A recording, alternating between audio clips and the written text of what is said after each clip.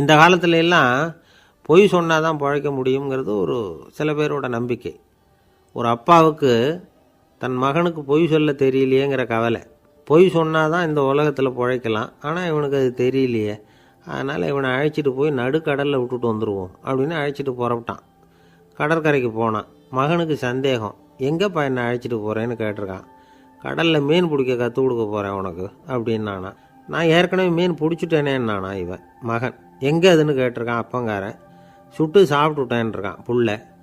அப்பங்காரன் பார்த்தான், சரி நம்ம புள்ள பொழைச்சிக்கோ அப்படின்னு சொல்லி திருப்பி அழைச்சிட்டு வந்துட்டானா. ஒரு ஆள் அசையாமல் கிடக்கிறார். அவர் இருக்காரா போயிட்டாராங்கிறத எப்படி முடிவு பண்ணுறோம்? அவர் மூக்குக்கு முன்னாடி புறங்கையை வச்சு பார்க்குறோம், மூச்சு வருதா இல்லையா அப்படிங்கிறத கண்டுபிடிக்கிறதுக்காக. மூச்சுங்கிறது அவ்வளவு முக்கியமான ஒரு விஷயம். சுவாசம் இல்லைன்னா எதுவுமே இல்லை. நம்ம பூமி இருக்க அது கூட சுவாசிக்குதுங்கிறத சோவியத் விஞ்ஞானிகள் கண்டுபிடிச்சிருக்கிறாங்க. பூமிக்கு மேலே இருக்கிற மண் அடுக்கில் காற்றில் உள்ள ஆக்சிஜன் ஆக்சிகரணம் அடையுது அப்படின்னு தான் இதுவரைக்கும் எல்லோரும் நம்பிக்கிட்டு இருந்தாங்க. ஆனால் இப்போ என்ன கண்டுபிடிச்சிருக்கிறாங்கன்னா, அந்த ஆக்சிஜன் பூமிக்குள்ளே 1 கிலோமீட்டர் ஆழம் வரைக்கும் ஊடுருவி போகுதான். பூமிக்குள்ளே 2 பக்கமும் பல கிலோமீட்டர் வரைக்கும் பரவுதான். பூமிக்குள்ளே இருக்கிற நீர்நிலை அடுக்குகள் தான் நுரையீரல் செய்கிற வேலையை செய்யுதான். நம்ம உடம்புல நுரையீரல் இல்லைன்னா ஒன்றும் நடக்காது. ஒரு மரத்தை தலைகீழாக தொங்க போட்டால் எப்படி இருக்கும் அப்படி யோசிச்சு பாருங்கள். அப்படி தான் இதுவும், நுரையீரலும் அப்படி தான் இருக்கும். வலது பக்கம் ஒன்று, இடது பக்கம் ஒன்று. வலது பக்கம் நுரையீரல் கொஞ்சம் பெருசாக இருக்கும், நுட்பமான நரம்பு குழாய்கள் அதில் இருக்கும். கோடிக்கணக்கான நுண்ணிய குழாய்களை வச்சுக்கிட்டு தான் அது வேலை செய்யுது. 25 கோடி குழாய்கள் இருக்கும். அதை அப்படியே முழுசாக பிரித்து பரப்புனா ஒரு டென்னிஸ் கோர்ட்டில் பாதி பரப்பளவு இருக்குமா. நுரையீரல் நிறம் கருஞ்சிவப்பு தான். புகை அதிகமாக உள்ளே போச்சுன்னா அது கருப்பாயிடுது. காற்றுல உள்ள பிராணவாயுவை இது இழுத்து எடுத்துக்கிட்டு ரத்தத்தை சுத்தப்படுத்துகிற முக்கியமான வேலையை இது செய்யுது. அசுத்த காற்றை வெளியில் அனுப்பி வச்சுருது. ஒருத்தர் வேகமாக ஓடி வரார், அவருக்கு மூச்சு இறைக்கும். பயங்கரமாக எதையாவது பார்த்து விடுறார், உடனே மூர்ச்சி ஆகிடுவார். இது மாதிரி சமயங்களில் வேறு எந்த தூண்டுதலும் இல்லாமல் நுரையீரல் தானாகவே இயங்கும். இப்படி ஒரு அவசியம் ஏற்படுறப்போ இயக்கத்தை தூண்டி விடுற முக்கியமான இணைப்பு மூளைக்கு கீழே முதுகு எலும்புக்கு மேற்பகுதியில் இருக்குது. அது உடனே சுவாசத்துக்கு அவசர உதவியை கொடுக்குது. இப்போ ஒருத்தர் பேசாமல் உட்காந்துருக்கார். இந்த சமயத்தில் அவருக்கு 1 பங்கு காற்று தேவைப்படுதுன்னு வச்சுக்கோங்க. அவர் எழுந்திரிச்சு நடக்கும் பொழுது 1.5 மடங்கு தேவைப்படும். ஓடுனார்னா 3 மடங்கு தேவைப்படும். படுத்துருக்கிறப்ப 1/2 மடங்கு தான் தேவைப்படும். இதுக்கு நிமிஷத்துக்கு 16 தடவை மூச்சு விட்டாகணும். இப்படி சாதாரணமாக உள்ளே இழுக்கிற காற்று கொஞ்சம்தான் இருந்தாலும் இது மாதிரி 8 மடங்கு காற்றை உள்ளே இழுத்து வச்சுக்கிற சாமர்த்தியம் நுரையீரலுக்கு இருக்குதான். தண்ணி, நுண்கிருமிகள், ரசாயன பொருள் இப்படி எது உள்ளே போனாலும் நுரையீரல் சமாளிச்சுக்கும். 30 வருஷமாக விடாத புகை பிடிக்கிறவர் தொடர்ந்து உள்ளே அனுப்பி வைக்கிற புகையை கூட சமாளிக்குதுன்னா பார்த்துங்களேன். உள்ளே போகிற புகை நுட்பமான சுவாச முடிச்சுகளை அழிச்சு விடுது. கறி புகை அது மேலே படிஞ்சு உபயோகம் இல்லாமல் பண்ணிவிடுது. ஆனாலும் தேவைக்கு அதிகமாக 8 மடங்கு கூடுதலாக சுவாச முடிச்சுகள் நம்ம உடம்புக்குள்ளே இருக்கிறதுனால சமாளிக்க முடியுது. சமாளிக்க முடியலன்னா சில சமயம் மூச்சு திணறும். அதை ஒரு எச்சரிக்கையாக எடுத்துக்கிட்டு புகை பிடிக்கிற பழக்கத்தை விட்டுடணும். அதுதான் நல்லது. ஆனால் அப்படி யார் விடுறது? இணை பிரியாத 2 நண்பர்கள் இருந்தாங்களாம். 2 பேரும் விடாமல் சிகரெட்டு குடிக்கிறவங்க. அதில் ஒருத்தன் செத்து போட்டான். இன்னொருத்தன் அதுக்கப்புறம் 2 சிகரெட்டாக குடிக்க ஆரம்பித்தானா. ஏன் இப்படி பண்ணுறேன்னு கேட்டிருக்காங்க. நான் 1 சிகரெட்டு தான் குடிக்கிறேன், செத்து போன என்னுடைய ஃப்ரெண்டு இருக்கானே செத்து போனவன், அவனுக்காக இன்னொரு சிகரெட்டு குடிக்கிறேன் அப்படின்னு நானா. இது ரொம்ப ஆபத்து, விட்டுடு அப்படின்னு சொல்லியிருக்காங்க. சரின்னு ஒத்துக்கிட்டான். ஆனால் அதுக்கப்புறமும் 1 சிகரெட் வீதமாக குடிச்சிக்கிட்டே இருந்தான். சிகரெட்டு பழக்கத்தை நீ இன்னும் விடலையான்னு கேட்டாங்களாம். அந்த பழக்கத்தை நான் எப்போவோ விட்டுட்டேன், இப்போ நான் குடிக்கிறது என் ஃப்ரெண்டுக்காக அப்படின்னு நானா. இவங்கெல்லாம் எப்படி திருந்துறது? என்னை விட யோக்கியம் இந்த உலகத்தில் வேறு யாரும் இல்லை சார் அப்படின்னார் ஒருத்தர். அவரை விட அயோக்கியன் வேறு யாரும் இருக்க முடியாதுங்கிற முடிவுக்கு கேட்டவங்க வந்துட்டாங்களாம். மனுஷனுக்கு இருக்கிற ஒரு மிகப்பெரிய குறையே தன்கிட்ட இருக்கிற குறை அவனுக்கு தெரியாமல் போகிறது தான். ஆனால் அடுத்தவங்ககிட்ட இருக்கிற குறை இவனுக்கு தெளிவாக தெரிஞ்சிடும். ஒரு ஒட்டகம் ஒரு கொக்கை பார்த்து ஒரு கேள்வி கேட்டுதான். என்ன கேள்வி தெரியுமா? உன் கழுத்து ஏன் இப்படி வளைஞ்சி போயிருக்குது அப்படின்னு கேட்டிருக்கு. இதுக்கு உடம்பே வளைச்சல். இது போய் கொக்கை கிண்டல் பண்ணுது. இன்றைக்கி மனித சுபாவமும் கிட்டத்தட்ட இப்படி தான் இருக்குது. இந்த உலகத்தில் குறையில்லாத மனிதர்கள் யாரும் கிடையாது, நாம் உள்பட அப்படிங்கிறத முதல்ல நாம் நல்லா புரிஞ்சுக்கணும். ஒரு ஊரில் ஒரு விற்பனை நிலையம் இருந்தது. செல்ல பிராணிகளை விற்பனை செய்கிற நிலையம் அது. நாய், கிளி, பூனை இப்படி நிறைய வச்சு விற்பனை பண்ணிகிட்டு இருக்கிறாங்க. நாய்க்குட்டி விற்பனை செய்கிற பகுதியில் ஒரு சிறுவன் நின்றுக்கிட்டு இருந்தான். விற்பனை செய்கிற ஆளுகிட்ட விலை கேட்டுக்கிட்டு இருந்தான். அதோ இருக்குதே அந்த நாய்க்குட்டி என்ன விலை அப்படின்னு கேட்டானா. 1000 ரூபா அப்படின்னாரான். சரி அது வேணாம், இது என்ன விலைன்றிருக்கான். 500 ரூபா அப்படின்னாரான். இந்த சின்ன பையன் கையில் வச்சுருந்தது வெறும் 50 ரூபா தான். அதனால் இதை விட குறைச்சலாக கிடைக்குமான்னு பார்த்துருக்கான். அந்த கடையில் ஒரு மூலையில் சரியாக கவனிக்கப்படாமல் ஒரு நாய்க்குட்டி படுத்து கிடந்தது. பாவமாக கத்திக்கிட்டு இருந்தது. அதை பார்த்ததுமே இவனுக்கு அது ரொம்ப பிடிச்சி போச்சு. உடனே அந்த கடைக்காரரை பார்த்து, அதுவும் அந்த மூலையில் படுத்து கிடக்குதே அந்த நாய்க்குட்டி என்ன விலை அப்படின்னு கேட்டிருக்கான். தம்பி, அது ஒரு கால் ஊனம், அதனால் அது உன்னோட குதித்து விளையாடவோ ஓடுறதோ அதால் முடியாத காரியம் அப்படின்ட்டுருக்கார் அவர். அது தெரிஞ்சுதாங்க கேட்குறேன், அதோட விலை என்ன அதை மட்டும் சொல்லுங்களேன் அப்படின்ட்டுருக்கான். தம்பி, இது வந்து கால் ஊனம் உள்ள ஒரு நாய். இதை போய் காசு கொடுத்து வாங்கிறதுக்கு யாராவது பிரியப்படுவாங்களா? இதை நான் உனக்கு இலவசமாகவே தர்றேன், எடுத்துகிட்டு போ அப்படின்னாரான். இதை கேட்டதும் அந்த சிறுவனுக்கு கோவம் வந்துட்டு தான். நீங்கள் ஒன்றும் சும்மா கொடுக்க வேணாம், இந்தாங்க 50 ரூபா, இதை வச்சுக்கிட்டு நாய்க்குட்டியை கொடுங்க அப்படின்ட்டுருக்கான். அவருக்கு ஒன்றும் புரியல, ஆச்சரியமாக இருந்தது. சரின்னு பணத்தை வாங்கிட்டு நாய்க்குட்டியை தூக்கி கொடுத்தார். அந்த சிறுவன் அந்த நாய்க்குட்டியை 2 கையாலையும் வாங்கினா, மார்போடு பிரியமாக சேர்த்து அணைச்சிக்கிட்டான். தெருவில் இறங்கி நடக்கிறான். அப்படி நடக்கும்பொழுது தான் பார்க்குறார், கடைக்காரர் வந்து ஆச்சரியமாக அவனை பார்க்குறார். அப்போ தான் அவருக்கு ஒரு விஷயம் புரியுது. அந்த சிறுவன் தெருவில் நாய்க்குட்டியை மார்போடு அணைச்சிக்கிட்டு விந்தி விந்தி நடந்து போய்கிட்டு இருக்கிறான். ஆமாம், அவனுக்கும் ஒரு கால் ஊனம். இந்த நாய்க்குட்டியை யாருமே வாங்க மாட்டாங்கன்னு நினச்சிக்கிட்டு இருந்தார். குறையுள்ள அதுக்கும் ஒரு எஜமானன் கிடச்சிட்டான். அதனால் ஊனம் ஒரு குறை இல்லை அப்படிங்கிற உண்மையை அந்த கடைக்காரர் புரிஞ்சுக்கிட்டாராம். நம்மால் ஒருத்தர் கொஞ்சம் வயசானவர், எழுந்திரிச்சு சரியாக நடக்க முடியாது, சாய்வு நாற்காலியிலேயே எப்பவும் உட்காந்துருப்பார். அவர் தனக்கு துணையாக ஒரு நாயை பக்கத்தில் வச்சுருந்தார். அதுவும் ரொம்ப வயசான ஒரு நாய், எழுந்திரிக்கவே சிரமப்படும், நடக்கவும் முடியாது. அவர் பக்கத்துலேயே இதுவும் சோர்ந்து போய் படுத்து கிடக்கும். அந்த பெரியவரை பார்க்க வந்த ஒருத்தர் கேட்டார், ஏங்க, ஒரு சின்ன பையனை உங்களுக்கு துணையாக வச்சுக்கப்படாதா? இந்த நாயை உங்களுக்கு பாதுகாப்பாக வச்சுருக்கிறீங்களே, உங்களுக்கு ஒரு ஆபத்துன்னா இது எப்படி உங்களுக்கு உதவ முடியும் அப்படின்னார். அப்போ அவர் சொன்னாராம், எனக்கு ஒரு ஆபத்துன்னா அந்த சமயத்தில் இந்த நாய் என்னை தனியாக விட்டுட்டு ஓடி போயிடாமல் இருக்கணும்ல, அதுக்காக தான் இதை நான் வச்சுருக்கிறேன் அப்படின்னாராம். நம்மளில் சில பேர் ரொம்ப தைரியமாக இருப்பாங்க. நாம் கூட சொல்கிறது உண்டு, அந்த ஆளுகிட்ட வர்றதுக்கு எமன் கூட பயப்படுவான் அப்படின்னு சொல்கிறது உண்டு. தைரியசாலிகளை நெருங்கிறதுக்கு எமன் பயப்படுவான் அப்படின்னு சொல்கிறது உண்மை தான். அது பொய் இல்லை. மன வலிமை இருக்குது பாருங்கள், அது மனுஷனை காப்பாற்றும். இது வந்து மருத்துவ ரீதியான உண்மை. உடல் கோளாறுகள் மன ஆரோக்கியத்தை பாதிக்கும். மன எழுச்சி, மன போராட்டம் இதெல்லாம் வந்து உடல் இயக்கத்தில் மாறுதலை உண்டாக்குது. சில வகையான நோய்களுக்கும் மனசுக்கும் இருக்கிற சம்பந்தம் என்னங்கிறத பற்றியெல்லாம் இப்போ ஆராய்ச்சி பண்ணுறாங்க. ஆஸ்மா, மூட்டு வலி, பெருங்குடல் அழற்சி, உயர் இரத்த அழுத்தம், சோரியாசிஸுங்கிற தோல் வியாதி, வயிற்று புண்ணு, இந்த தைராய்டு நச்சுத்தன்மை, இது மாதிரி நோய்களை உண்டாக்குறதுல மனசோட பங்கு என்னங்கிறத பற்றியெல்லாம் ஆய்வு பண்ணி பார்த்துருக்குறாங்க. எதுக்கு எடுத்தாலும் சோர்ந்து போகிறது, தோண்டு போகிறது, இப்படிப்பட்ட மனவாகு, அதோட யாரும் நமக்கு உதவ முடியாது அப்படிங்கிற மனோபாவம், கைவிடப்பட்ட மனநிலைமை, இதெல்லாம் வந்து நோயோட தீவிரத்தை ரொம்ப அதிகரிக்க செய்யுதான். இவங்கெல்லாம் அந்த கை கால் வலிக்குது, உடம்பு அசதியாக இருக்குது, தூக்கம் வரல, முதுகு வலிக்குது, உடம்பில் வந்து உணர்ச்சி குறையுது, கை கால் விரல்லாம் மரத்து போகுது, இப்படி ஏதாவது சொல்லிக்கிட்டு டாக்டர்களை தேடி வந்துக்கிட்டு இருப்பாங்க. நெஞ்சு வலி வந்து யாருக்கு வருது தெரியுமா? பதற்றம், போட்டி மனப்பான்மை, அளவுக்கு அதிகமான வேகம், துடிப்பு, பேராசை, இதுலேயும் கட்டுப்பாடு, நேரம் தவறாமை, அப்புறம் இதெல்லாம் வந்து உள்ள மனவாக உள்ளவங்க இருக்கிறாங்கல்ல, அவங்க பெரும்பாலும் நெஞ்சு வலிக்கு ஆளாயிடுறாங்களாம். ஃப்ரீட்மேன் அப்படிங்கிறவர் நிறைய ஆராய்ச்சியெல்லாம் பண்ணி பார்த்துட்டு இதை உறுதிப்படுத்தியிருக்கிறார். அவர் பண்ணின ஆராய்ச்சியில் என்னெல்லாம் தெரிய வந்தது தெரியுமா? பொறுப்பு அதிகம் உள்ளவங்களுக்கு கண்டிப்பாக ரத்த அழுத்தம் வரும், அதிகமாக இருக்குமா. அதே மாதிரி கண்டிப்பாக இருக்கிறாங்கல்ல, அவங்களுக்கும் ரத்த அழுத்தம் அதிகரிக்குமா. ரத்த அழுத்தம் தனக்கு அதிகமாக இருக்குங்கிறத தெரிஞ்சுக்கிட்டவங்க தலைவலி, மயக்கம், இந்த தலை சுத்தல், அசதி, இது மாதிரியான உணர்வுகளை வந்து அவங்களுக்கு வந்துடும், அது மாதிரி உணர்வு. ஆனால் உண்மை என்ன தெரியுமா? இதெல்லாம் வந்து ரத்த அழுத்தத்தினால இல்லை. ரத்த அழுத்தம் கட்டுப்பாட்டுக்குள்ளே இருந்தால் கூட இவங்க இப்படி நினைக்கிறாங்களாம். இதுக்கு காரணம் மனசு தான் அப்படிங்கிறார் அவர். சில பேர் எப்படி தெரியுமா?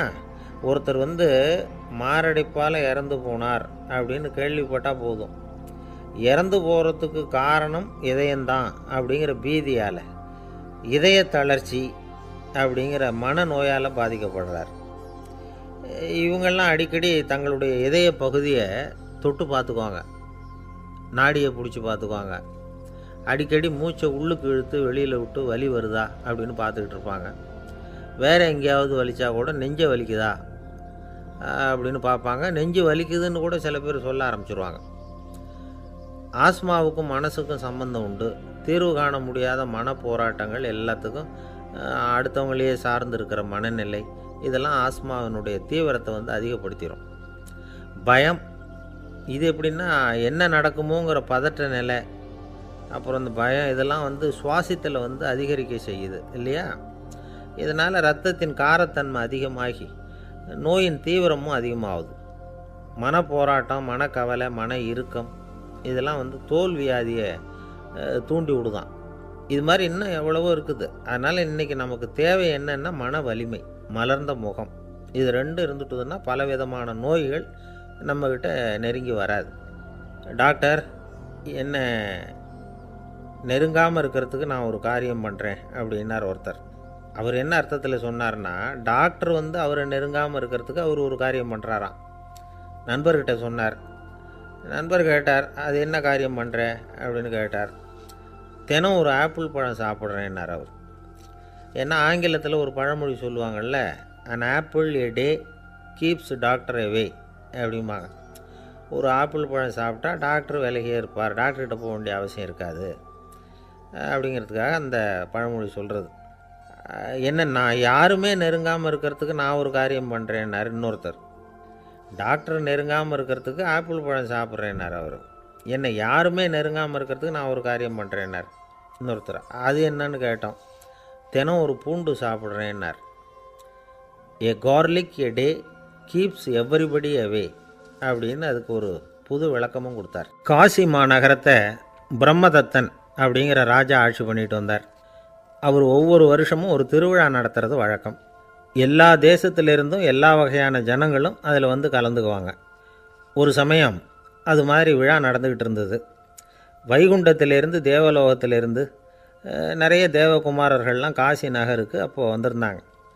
அதில் முக்கியமாக ஒரு 4 தேவகுமாரர்கள், அந்த 4 பேரையும் சுற்றி ஏகப்பட்ட கூட்டம். அப்படி என்ன விசேஷம் அவங்கக்கிட்ட அப்படின்னா, மற்றவங்களை விட அவங்க முகம் அழகாக இருந்ததா அப்படி பார்த்தா அப்படியும் இல்லை. அவங்க அணிஞ்சிருந்த மலர் மாலைகள் தான் அதுக்கு காரணமாக.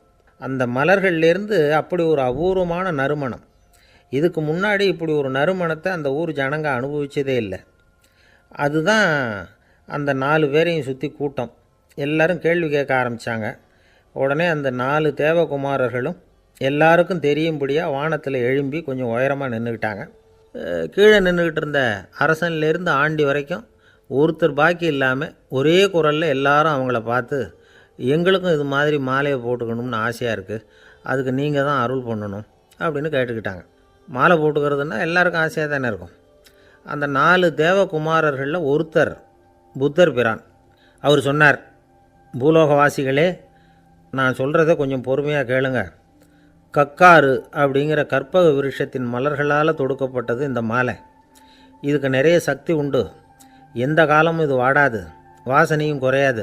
ஆனால் இதை அணிந்து கொள்கிறதுக்கு சில தகுதிகள் தேவை அப்படின்னார்.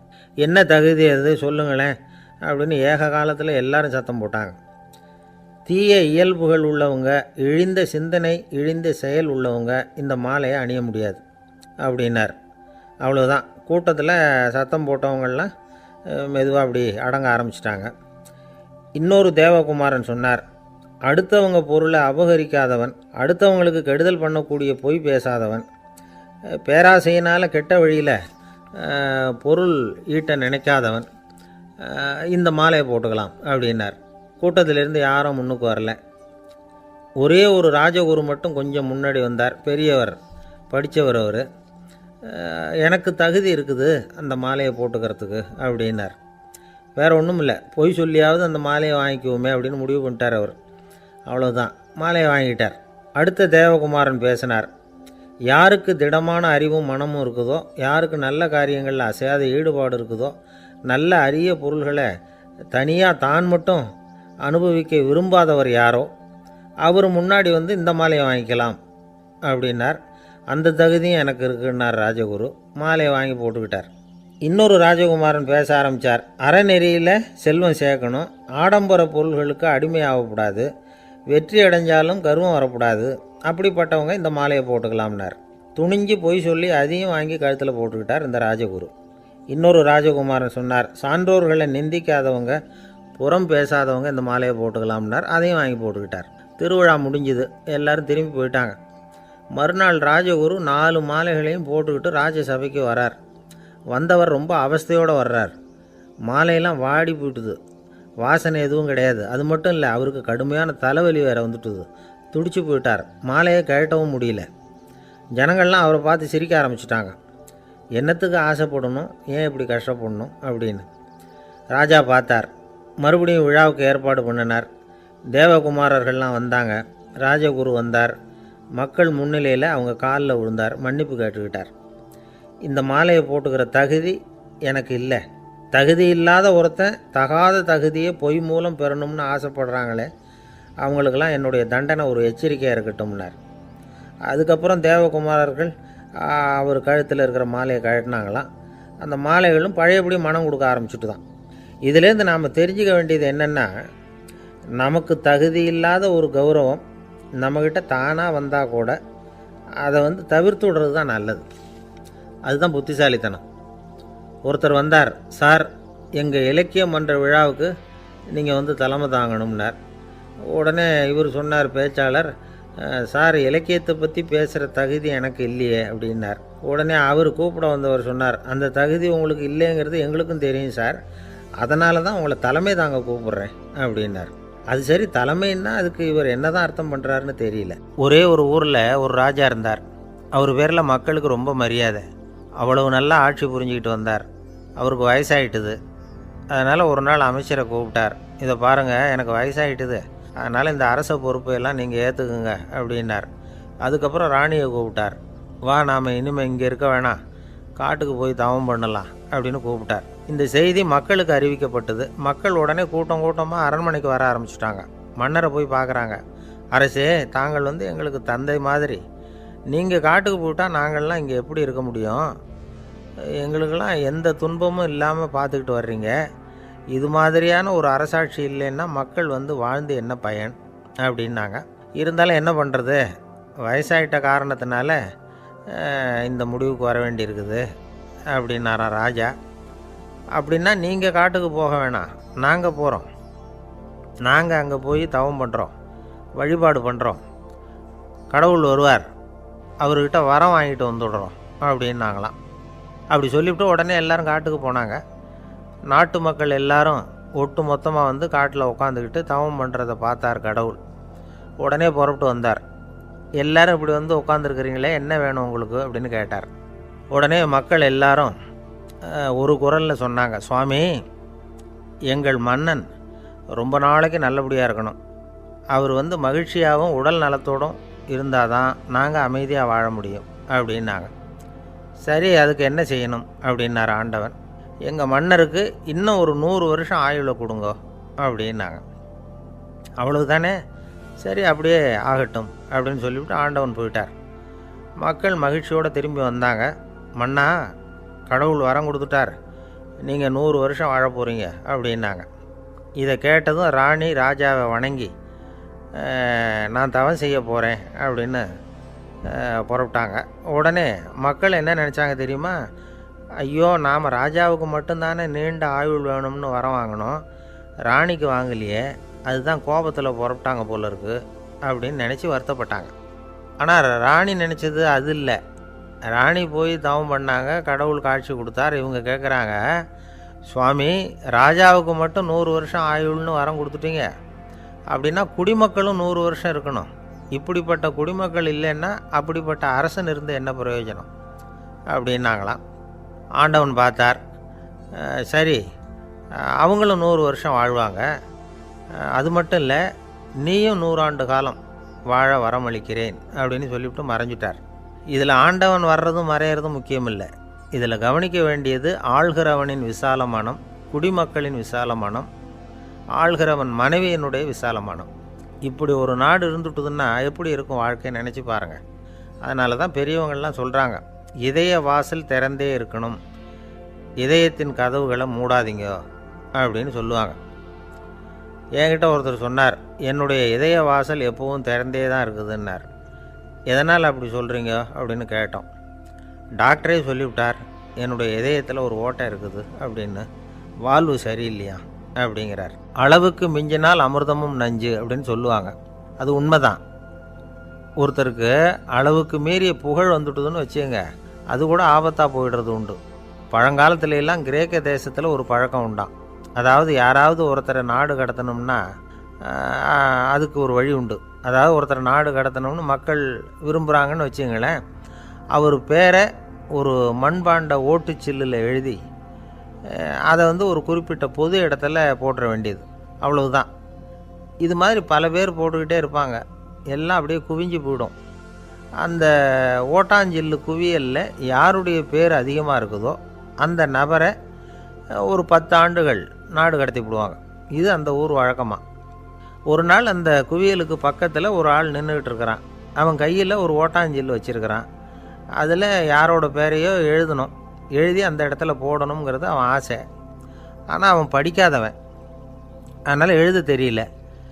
யாராவது அந்த வழியாக வர்றாங்களான்னு பார்த்துக்கிட்டே நின்றுக்கிட்டு இருந்தான். ஒரு பெரியவர் வந்துக்கிட்டு இருந்தார். அவர்கிட்ட ஓடினான். கையில் இருந்த மண்பாண்ட சில்லை கொடுத்தான். ஐயா, இதில் ஒரு பேர் எழுதி கொடுங்களேன்னா. அந்த பெரியவர் அதை வாங்கி கையில் வச்சுக்கிட்டு, என்ன பேர் எழுதணும் சொல்லு அப்படின்னா. இவன் சொன்னான், அரிஸ்டைடிஸ் அப்படின்னு எழுதுங்க அப்படின்னா. இதை கேட்டதும் அந்த பெரியவருக்கு அதிர்ச்சி. ஏன்னா அவர் தான் அரிஸ்டைடிஸ், தத்துவ மேதை அரிஸ்டைடிஸ் அவர். இருந்தாலும் நான் தான் அதுங்கிறத காட்டிக்காமல் அந்த ஆளுகிட்ட கேட்டார், அது சரிப்பா, அரிஸ்டைடிஸுங்கிற பேரை எழுத சொல்கிற, அவர் உனக்கு என்ன கெடுதல் பண்ணார், அவர் பேரை இதில் எழுத சொல்கிறியே அப்படின்னு கேட்டிருக்கார். அதுக்கு இவன் சொன்னானா, அவர் எனக்கு எந்த கெடுதலும் பண்ணலை, அவரை நான் பார்த்தது கூட இல்லை அப்படின்ட்டுருக்கான். அப்புறம் எதுக்காக அவரை நாடு கடத்தணும்னு நீ ஆசைப்படுற அப்படின்னு கேட்டிருக்கார். இப்போ அந்த ஆள் சொல்கிறான், அரிஸ்டைடஸை பற்றி எல்லாரும் பேசுகிறாங்க, அவர் ரொம்ப நல்லவர், அவர் ஒரு பெரிய அறிவாளிங்கிறாங்க, அவர் ஒரு பெரிய வள்ளல், பேரறிஞர், இப்படி எல்லாரும் சொல்கிறத கேட்டு கேட்டு எனக்கு ரொம்ப அலுத்து போயிட்டுது, அதனால தான் வெறுப்பாயிட்டேன் அப்படின்னு நானும். இதிலேருந்து என்ன தெரியுது, நாம் நல்லவனாக இருக்கிறதுல ஒன்றும் இடைஞ்சல் இல்லை. ஆனால் நம்மளை நல்லவன் நல்லவன் எல்லாரும் சொல்ல ஆரம்பிச்சிட்டாங்கன்னு வச்சுக்கோங்க, அப்போ இடைஞ்சல் ஆரம்பம்னு அர்த்தம். எதுவுமே அளவுக்கு மிஞ்சி போகாமல் பார்த்துக்க வேண்டியது ரொம்ப அவசியம். அளவுக்கு அதிகமாக ஆசைப்படாதவங்களில் ஆப்ரஹாம் லிங்கனும் ஒருத்தரான். அவர் ஒரு தடவை தன்னுடைய நண்பர்கள்கிட்ட பேசிக்கிட்டு இருந்தாராம். ஒருத்தர் கேட்டிருக்கார், ஒரு மனுஷனுக்கு கால்கள் எவ்வளோ உயரம் இருக்கணும் அப்படின்னு கேட்டாராம். இதுக்கு ஆப்ரஹாம் லிங்கன் சொன்னாராம், அது என்ன, இடுப்புலேருந்து தரையை தொடுற அளவுக்கு உயரம் இருந்தால் போதும் அப்படின்னாராம். ஒரு ஜென் துறவி, அவருக்கு ரொம்ப வயசாகிட்டுது, கடைசி காலம். நண்பர்களெல்லாம் கூப்பிட்டார். நண்பர்களே, நான் வித்தியாசமான முறையில் சாகணும்னு ஆசைப்படுறேன், அதுக்கு ஏதாவது யோசனை சொல்லுங்களேன் அப்படின்னு கேட்டாராம். நண்பர்கள் சிரித்தாங்க. என்ன பேச்சு பேசுகிறீங்க, சாவறதுங்கிறது என்ன விளையாட்டுத்தனமான காரியமா அப்படின்னு கேட்டிருக்காங்க. அந்த துறவி கொஞ்ச நேரம் யோசனை பண்ணார். அப்புறம் கேட்டாராம், இது வரைக்கும் யாராவது நடந்துக்கிட்டே இறந்துருக்குறாங்களா அப்படின்னாராம். எல்லாரும் இல்லைன்னாங்களாம். ஒருத்தர் மட்டும் சொல்லியிருக்கார், அப்படியும் ஒருத்தர் இறந்துருக்கிறதாக ஒரு கதையில் படிச்சிருக்கிறேன், ஒரு ஞானியால் தான் அப்படியெல்லாம் செய்ய முடியும் அப்படின்னு அவர் சொன்னாராம். சரி, அப்படின்னா அந்த முறை நமக்கு வேணாம், நின்றுக்கிட்டே யாராவது உயிரை விட்டுருக்காங்களா அப்படின்னு விசாரித்தாராம். அப்படியும் ஒருத்தர் இறந்துருக்கிறார் அப்படின்னாங்களாம். மறுபடியும் அந்த துறவி யோசனை பண்ணியிருக்கிறார், ஏதாவது வித்தியாசமான முறையில் நாம் போகணும் அப்படிங்கிறது அவருடைய விருப்பம். மனிதன் எப்படி வாழ்கிறானோ அப்படி இறப்பது தான் நல்லது. சரி, யாராவது தலைகீழாக யோகம் செய்யும் நிலையில் இறந்துருக்கிறாங்களா அப்படின்னு விசாரித்தாராம். நண்பர்கள் சிரித்தாங்க. தலைகீழாக நின்னபடி இறந்ததாக நாங்கள் கேள்விப்பட்டதே இல்லை, அது முடியாத காரியம் அப்படின்ட்டுருக்காங்க. இப்போ அந்த துறவிக்கு திடீர்னு உற்சாகம் வந்துட்டுது. உடனே எழுந்திரிச்சார், தலைகீழாக நின்னார், அப்படியே உயிரை விட்டுட்டார். அவ்வளோதான். அந்த மடாலயத்தில் ஒரே குழப்பம், எப்படி அவரை கீழே இறக்கி படுக்க வைக்கிறது அப்படின்னு புரியல. இப்படி உயிர் விடுறதை பற்றி அவங்க இது வரைக்கும் கேள்விப்பட்டதும் இல்லை. உண்மையிலேயே இவர் இறந்து தான் போனாராங்கிறதும் தெரியல. சோதித்து பார்த்தாங்க, இதய துடிப்பு, நாடி துடிப்பு எல்லாம் நின்று போயிருந்தது. இவர் எப்போவும் இப்படி தான், என்ன பண்ணுறது இப்போது அப்படின்னு சொல்லி எல்லோரும் குழம்பிக்கிட்டு இருக்கிற சமயத்தில் ஒரு பெரிய ஒரு யோசனை சொன்னார். இந்த துறவியோட மூத்த சகோதரி பக்கத்து மடாலயத்தில் இருக்கிறாங்க, அவங்கள இங்கே அழைச்சிட்டு வந்தால் ஏதாவது வழி கிடைக்கும் அப்படின்னார். அந்த அம்மாவுக்கு 90 வயசு. அழைச்சிட்டு வந்தாங்க. ஒரு குச்சியை ஊன்றிக்கிட்டு அப்படியே மெதுவாக நடந்து வந்தாங்க. வந்து தம்பி தலைகீழாக நின்று உயிர் விட்டு இறக்கிறத பார்த்தாங்க. தம்பின்னு கூப்பிட்டு பார்த்தாங்க, ஒன்றும் காணும். உடனே என்ன பண்ணாங்க, தன்னுடைய கைத்தடியால் தம்பியோட உடலை ஒரு தட்டு தட்டினாங்க. ஏப்பா சாகிறப்பவும் உன்னுடைய குறும்புத்தனத்தை விடலையா, இப்படியாடா சாகிறது, ஒழுங்காக செத்து தொலை அப்படின்னாங்களாம். அவ்வளவுதான். உடனே அந்த துறவி திரும்பி நேராக நின்னார். அக்கா கோவப்படாத, நான் ஒழுங்காக சாகிறேன், எப்படி செத்தா என்ன, எல்லாம் எனக்கு ஒன்று தான் அப்படின்னு சொல்லிவிட்டு அப்படியே தரையில் படுத்து உயிரை விட்டாராம். அதுக்கப்புறம் அந்த அம்மா கோலை வந்து கையில் எடுத்துக்கிட்டு அப்படியே திரும்பி கூட பார்க்காம அவங்க பாட்டுக்கு போயிட்டாங்களாம். மரணத்தை ஒரு விளையாட்டாக ஆக்கிய அந்த துறவிக்கு வாழ்க்கையே ஒரு விளையாட்டாக தான் இருந்திருக்குது. எந்த நோக்கமும் இல்லாமல் செயல்படுறதுன்னா என்னங்கிறதும் அவருக்கு தெரிஞ்சிருக்குது. பயனை எதிர்பார்க்காமல் பணி செய்து வாழ்ந்து மறைந்த மகான் அவர். தம்முடைய தொழிலை வந்து விளையாட்டு போல் செய்ய தெரிஞ்சவருக்கு வாழ்க்கையே ஒரு விளையாட்டாக மாறிடும். எல்லாமே விளையாட்டாகி விடுகிற போது மரணமும் விளையாட்டாகிவிடும் அப்படிங்கிறது தான் அந்த தத்துவம். ஆனால் அதுக்கு முன்னாடி உங்களுக்குள்ளே இருக்கிற உண்மையான நடிகனை வந்து நீங்கள் அடையாளம் கண்டுபிடிக்கணும். நீங்கள் நடிக்க வேண்டியதே இல்லை, நீங்கள் ஏற்கனவே நடிச்சுக்கிட்டு தான் இருக்கிறீங்க. நீங்கள் இந்த உண்மையை தெரிஞ்சுக்கணும், அவ்வளவுதான். இதுதான் ஞானிகளுடைய கருத்து. நீங்கள் தெருவில் நடந்து போயிட்டுருக்கிறீங்க, எதிரில் வர்றவர் உங்களை பார்த்து எப்படி இருக்கிறீங்கன்னு கேட்குறார். நல்லா இருக்கிறேங்கிறீங்க. உண்மையிலேயே நாம் நல்லா இருக்க மாட்டோம், ஏதாவது உடம்புல கோளாறு இருக்கும். ஆனால் அப்படி சொல்லுவோம் நல்லா இருக்கிறேன் அப்படின்னு. அது நடிப்பு தானே. உங்களை சந்தித்ததில் ரொம்ப மகிழ்ச்சி அப்படின்னு சொல்கிறோம். உடனே கொஞ்சம் நிதானமாக யோசித்து பாருங்கள், உண்மையிலேயே உங்கள் மனசு மகிழ்ச்சி அடைஞ்சுட்டுதா? அது நடிப்பு தானே. வாழ்க்கையை சரியாக புரிஞ்சுக்கிட்டால் எல்லாமே நடிப்புங்கிறது புரியும். கல்யாண பத்திரிக்கை அனுப்பியிருந்தேனே, ஏன்டா வரலன்னு கேட்டான் ஒருத்தன். வந்திருந்தேனே அப்படின்னானா இவன். டேய் ஏன்டா போய் சொல்கிற, நான் பத்திரிக்கையே உனக்கு அனுப்பலையே அப்படின்ட்டுருக்கான் அவன். அதுக்கு இவன் சொன்னானா, பத்திரிக்கை அனுப்புனேன்னு நீ போய் சொல்கிறப்போ கல்யாணத்துக்கு வந்தேன்னு நான் போய் சொல்லக்கூடாதா அப்படின்னானா. ஒரு பெரிய பியானோ கலைஞர் வியன்னாவில் இருந்தார். ரொம்ப புகழ்பெற்ற இசைக்கலைஞர் அவர். இங்கிலாந்து மகாராணி விக்டோரியா அவருடைய சங்கீதத்தை கேட்கணும்னு ஆசைப்பட்டாங்க. அவரை அரண்மனைக்கு கூப்பிட்டாங்களாம். பியானோ வாசிக்க சொல்லி கேட்டாங்களாம். இவரும் ரொம்ப பிரமாதமாக வாய்ச்சி காட்டியிருக்கார். உடனே பாராட்டி பரிசுகள்லாம் கொடுத்து அனுப்புனாங்களாம். அந்த இசையை கேட்குறதுல அரசிக்கு ரொம்பவும் ஆர்வம் உண்டு. அதனால் அதுக்கப்புறமும் அந்த கலைஞர் அடிக்கடி அரண்மனைக்கு வர வேண்டிய அவசியம் ஏற்பட்டது. ஏன்னா அரசி கூப்பிட ஆரம்பித்தாங்க. இவர் போகணும், அங்கே இசை நிகழ்ச்சி நடத்தணும்.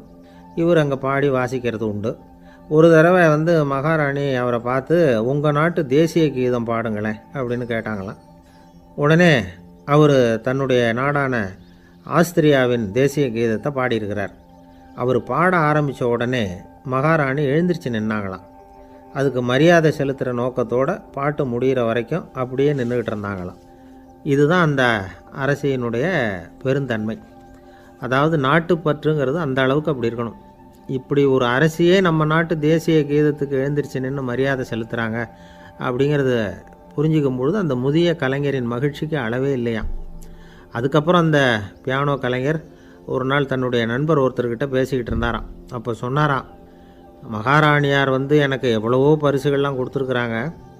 ஒரு தடவை எனக்கு வைரக்கல் பதித்த அணி ஒன்றை கூட பரிசாக கொடுத்தாங்க.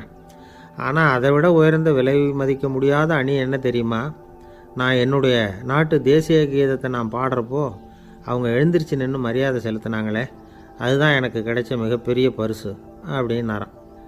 எனக்கு தெரிஞ்ச சங்கீத வித்வான் ஒருத்தர் இருக்கார். சமீபத்தில் ஒரு நாள் அவரை பார்த்தேன். எப்படி போயிட்டுருக்கு உங்கள் தொழில் அப்படின்னு கேட்டேன். ரொம்பவும் வித்தியாசமாக போயிட்டுருக்குங்க அப்படின்னார். என்ன சொல்கிறீங்க அப்படின்னேன். முன்னாடியெல்லாம் நான் பாடினா எதிரில் இருக்கிறவங்க தான் எழுந்திரிச்சு போயிட்டு இருந்தாங்க. இப்போ எப்படின்னா நான் பாட ஆரம்பிச்சுட்டா உடனே பக்கவாத்தியக்காரனே எழுந்திரிச்சு போயிடுறான் அப்படின்னார் ரொம்ப வேதனையோட. பொங்கல் திருநாள், பொங்கல் திருநாள்னால் இது ஏதோ அறுவடை திருநாள் அப்படின்னு சொல்லுவோம். அதாவது வருஷம் பூரா நாம் பாடுபட்டு அதனுடைய பலனை அனுபவிக்கிற நாள் அப்படிங்கிறது நாம் சொல்லிகிட்டு இருக்கிறது. இது முக்கியமாக இது வந்து ஒரு நன்றி அறிவிப்பு நாள் அப்படின்னு சொல்லுவாங்க. இன்றைக்கி வந்து நிறைய நன்றி அறிவிப்பு கூட்டம்லாம் நடந்துக்கிட்டு இருக்குல்ல, அது மாதிரி விவசாயிகள் நடத்துகிற ஒரு நன்றி அறிவிப்பு விழா இது. யாருக்கு நன்றி சொல்கிறாங்கன்னா ஆதவனுக்கு. அதாவது சூரியன் இல்லைன்னா விவசாயம் இல்லை. அதனால் ஆதவனுக்கு நன்றி செலுத்துகிற நாளாக இந்த பொங்கல் திருநாளை நாம் கொண்டாடுறோம். அதாவது இந்த பொங்கலில் வந்து விவசாயிகள்கிட்டேருந்து நிறைய பண்புகளை நாம் தெரிஞ்சுக்க வேண்டிய நாள் இது. விவசாயிகள் வந்து அவங்க விவசாயம் முன்னேறி இருக்கிற அளவுக்கு விவசாயிகளுடைய வாழ்க்கை தரம் முன்னேறலை. அந்த அளவுக்கு அவர்கள் வந்து நாட்டுக்காக உழைச்சிக்கிட்டு இருக்கிறாங்க. அந்த காலத்துலேயே அதை பற்றி ஒரு கதை சொல்கிறது உண்டு. ஒரு வயசான ஆள் நிலத்தில் ஏறு உழுதுகிட்டு இருந்தாராம். கிழிஞ்சு போன ஒரு சின்ன துண்டை தான் இடுப்பில் கட்டியிருந்தாராம். தலையில் ஒரு கந்தலை சுற்றி இருந்தார். உடம்பு பூரா சேரு, ரொம்ப ஏழை. ஏறு ஓட்டிகிட்டு இருக்கிறவர் வேறு எப்படி இருப்பார்? இருந்தாலும் அந்த ஆள் ரொம்ப ஜாலியாக பாட்டு பாடிக்கிட்டே ஏறு உழுதுகிட்டு இருந்தாராம். உடம்புல தான் அவர் ஏழையை தவிர மனசில் ஒரு ஏழையாக தெரியல. அந்த சமயத்தில் அந்த நாட்டு ராஜா அந்த பக்கமாக குதிரை மேலே வந்தாராம். வேட்டைக்கு போயிட்டு பரிவாரங்களோடு திரும்பி வந்துக்கிட்டு இருக்கிறார். ரொம்ப செல்வ செழிப்பில் இருக்கிற ராஜா அவர் இந்த வயசான விவசாயியை பார்த்துருக்கார். இந்த ஆள் ரொம்பவும் ஏழைங்கிறது அவர் பார்த்தாவே பளிச்சுன்னு தெரியுது. கட்டிக்கிறதுக்கு நல்ல துணி இல்லை, உடம்போ இழைச்சி போயிருக்குது, வயிறு முதுகில் போய் ஒட்டிக்கிட்டு இருக்கு, கண்ணு குழி விழுந்து போயிருக்குது. ஆனாலும் முகத்தை பார்த்தா சந்தோஷமாக இருக்கிற மாதிரி இருக்குது. இவ்வளவு உற்சாகமாக பாடிக்கிட்டு இருக்கிறாரே அப்படின்னு ஆச்சரியமாக நினச்சி பார்த்தார் அந்த ராஜா. சரி, அவர்கிட்ட கொஞ்சம் பேச்சு கொடுத்து பார்க்கலாம் அப்படின்னு முடிவு பண்ணார். ஐயா பெரியவரே, இப்படி கொஞ்சம் வர முடியுமான்னாராம். பொழுது போகிறதுக்குள்ளே நான் இந்த வயல் பூரா உழவு ஓட்டி ஆகணும், அதனால் பேசுகிறதுக்கு நேரம் இல்லை அப்படின்னாராம் அந்த பெரியவர். என்ன அவ்வளவு அவசரமாக? மீதி இருந்தால் நாளைக்கு உழுதக்கூடாதா? அது சரி, உனக்கு எத்தனை ஏக்கர் நிலம் இருக்குது அப்படின்னு விசாரிச்சிருக்கார் ராஜா. எனக்குன்னு சொந்தமாக உள்ளங்கை அளவு கூட நிலம் கிடையாது. இது எங்கள் முதலாளியோட நிலம். இதை பூராவும் உழுது முடித்தாதான் அவர் கூலி கொடுப்பார். நான் கூலிக்கு உழுதுகிட்டு இருக்கிறேன். உங்ககிட்ட பேசிக்கிட்டு இருந்தால் அவருக்கு துரோகம் பண்ணது மாதிரி ஆகிடும் அப்படின்னாராம். ராஜா குதிரையை விட்டு கீழே இறங்கினார். வரப்பில் நடந்து அந்த பெரியவர்கிட்டே போனாராம். சரி, ஒரு நாள் பூரா உழுதா உனக்கு எவ்வளவு கூலின்னு கேட்டிருக்கார். 8 அணா கூலி கிடைக்கும்னாராம் அவர். இது ரொம்ப காலத்துக்கு முன்னாடி நடந்த ஒரு சம்பவங்கிறதுனால அப்போ 8 அணா கூலிங்கிறது ரொம்ப பெருசு. இருந்தாலும் அதுவும் அந்த ராஜாவுக்கு பெரிய கூலியாக தெரியல. இவ்வளவு தானா, இதை வச்சுக்கிட்டு நீ எப்படி காலம் தள்ளுற அப்படின்னாராம். ஒன்றும் கவலை இல்லை அப்படின்னாராம் அவர். ராஜாவுக்கு ரொம்ப ஆச்சரியமாக போச்சு. 8 அணா கூலி வாங்குகிற இந்த ஆள் கவலை இல்லாமல் இருக்கிறார், ஏராளமான வசதியோடு இருக்கிறன்னா கவலை இல்லாமல் வாழ முடியலையே அப்படின்னு நினச்சி பார்த்துருக்கார். அது சரி, 8 அணாவில் எப்படி குடும்பம் நடத்துகிற அப்படின்னு கேட்டாராம். எனக்கு கிடைக்கிற 8 அணாவில் 2 அணா குடும்பத்துக்கு செலவழிக்கிறேன், 2 அணா பழைய கடனுக்கு கொடுக்குறேன், 2 அணா வந்து தர்மம் செய்கிறேன், 2 அணா வட்டிக்கு கொடுக்குறேன், ஒரு குறையும் இல்லைன்னாராம். ராஜாவுக்கு ஒன்றும் புரியல. எனக்கு ஒன்றும் புரியலேன்னு இருக்கார். ஐயா, எனக்கும் என் மனைவிக்கும் 2 அணா செலவாகுது. வயசான அம்மா அப்பா இருக்கிறாங்க, சின்ன வயசில் என்னை காப்பாற்றினவங்க அவங்க.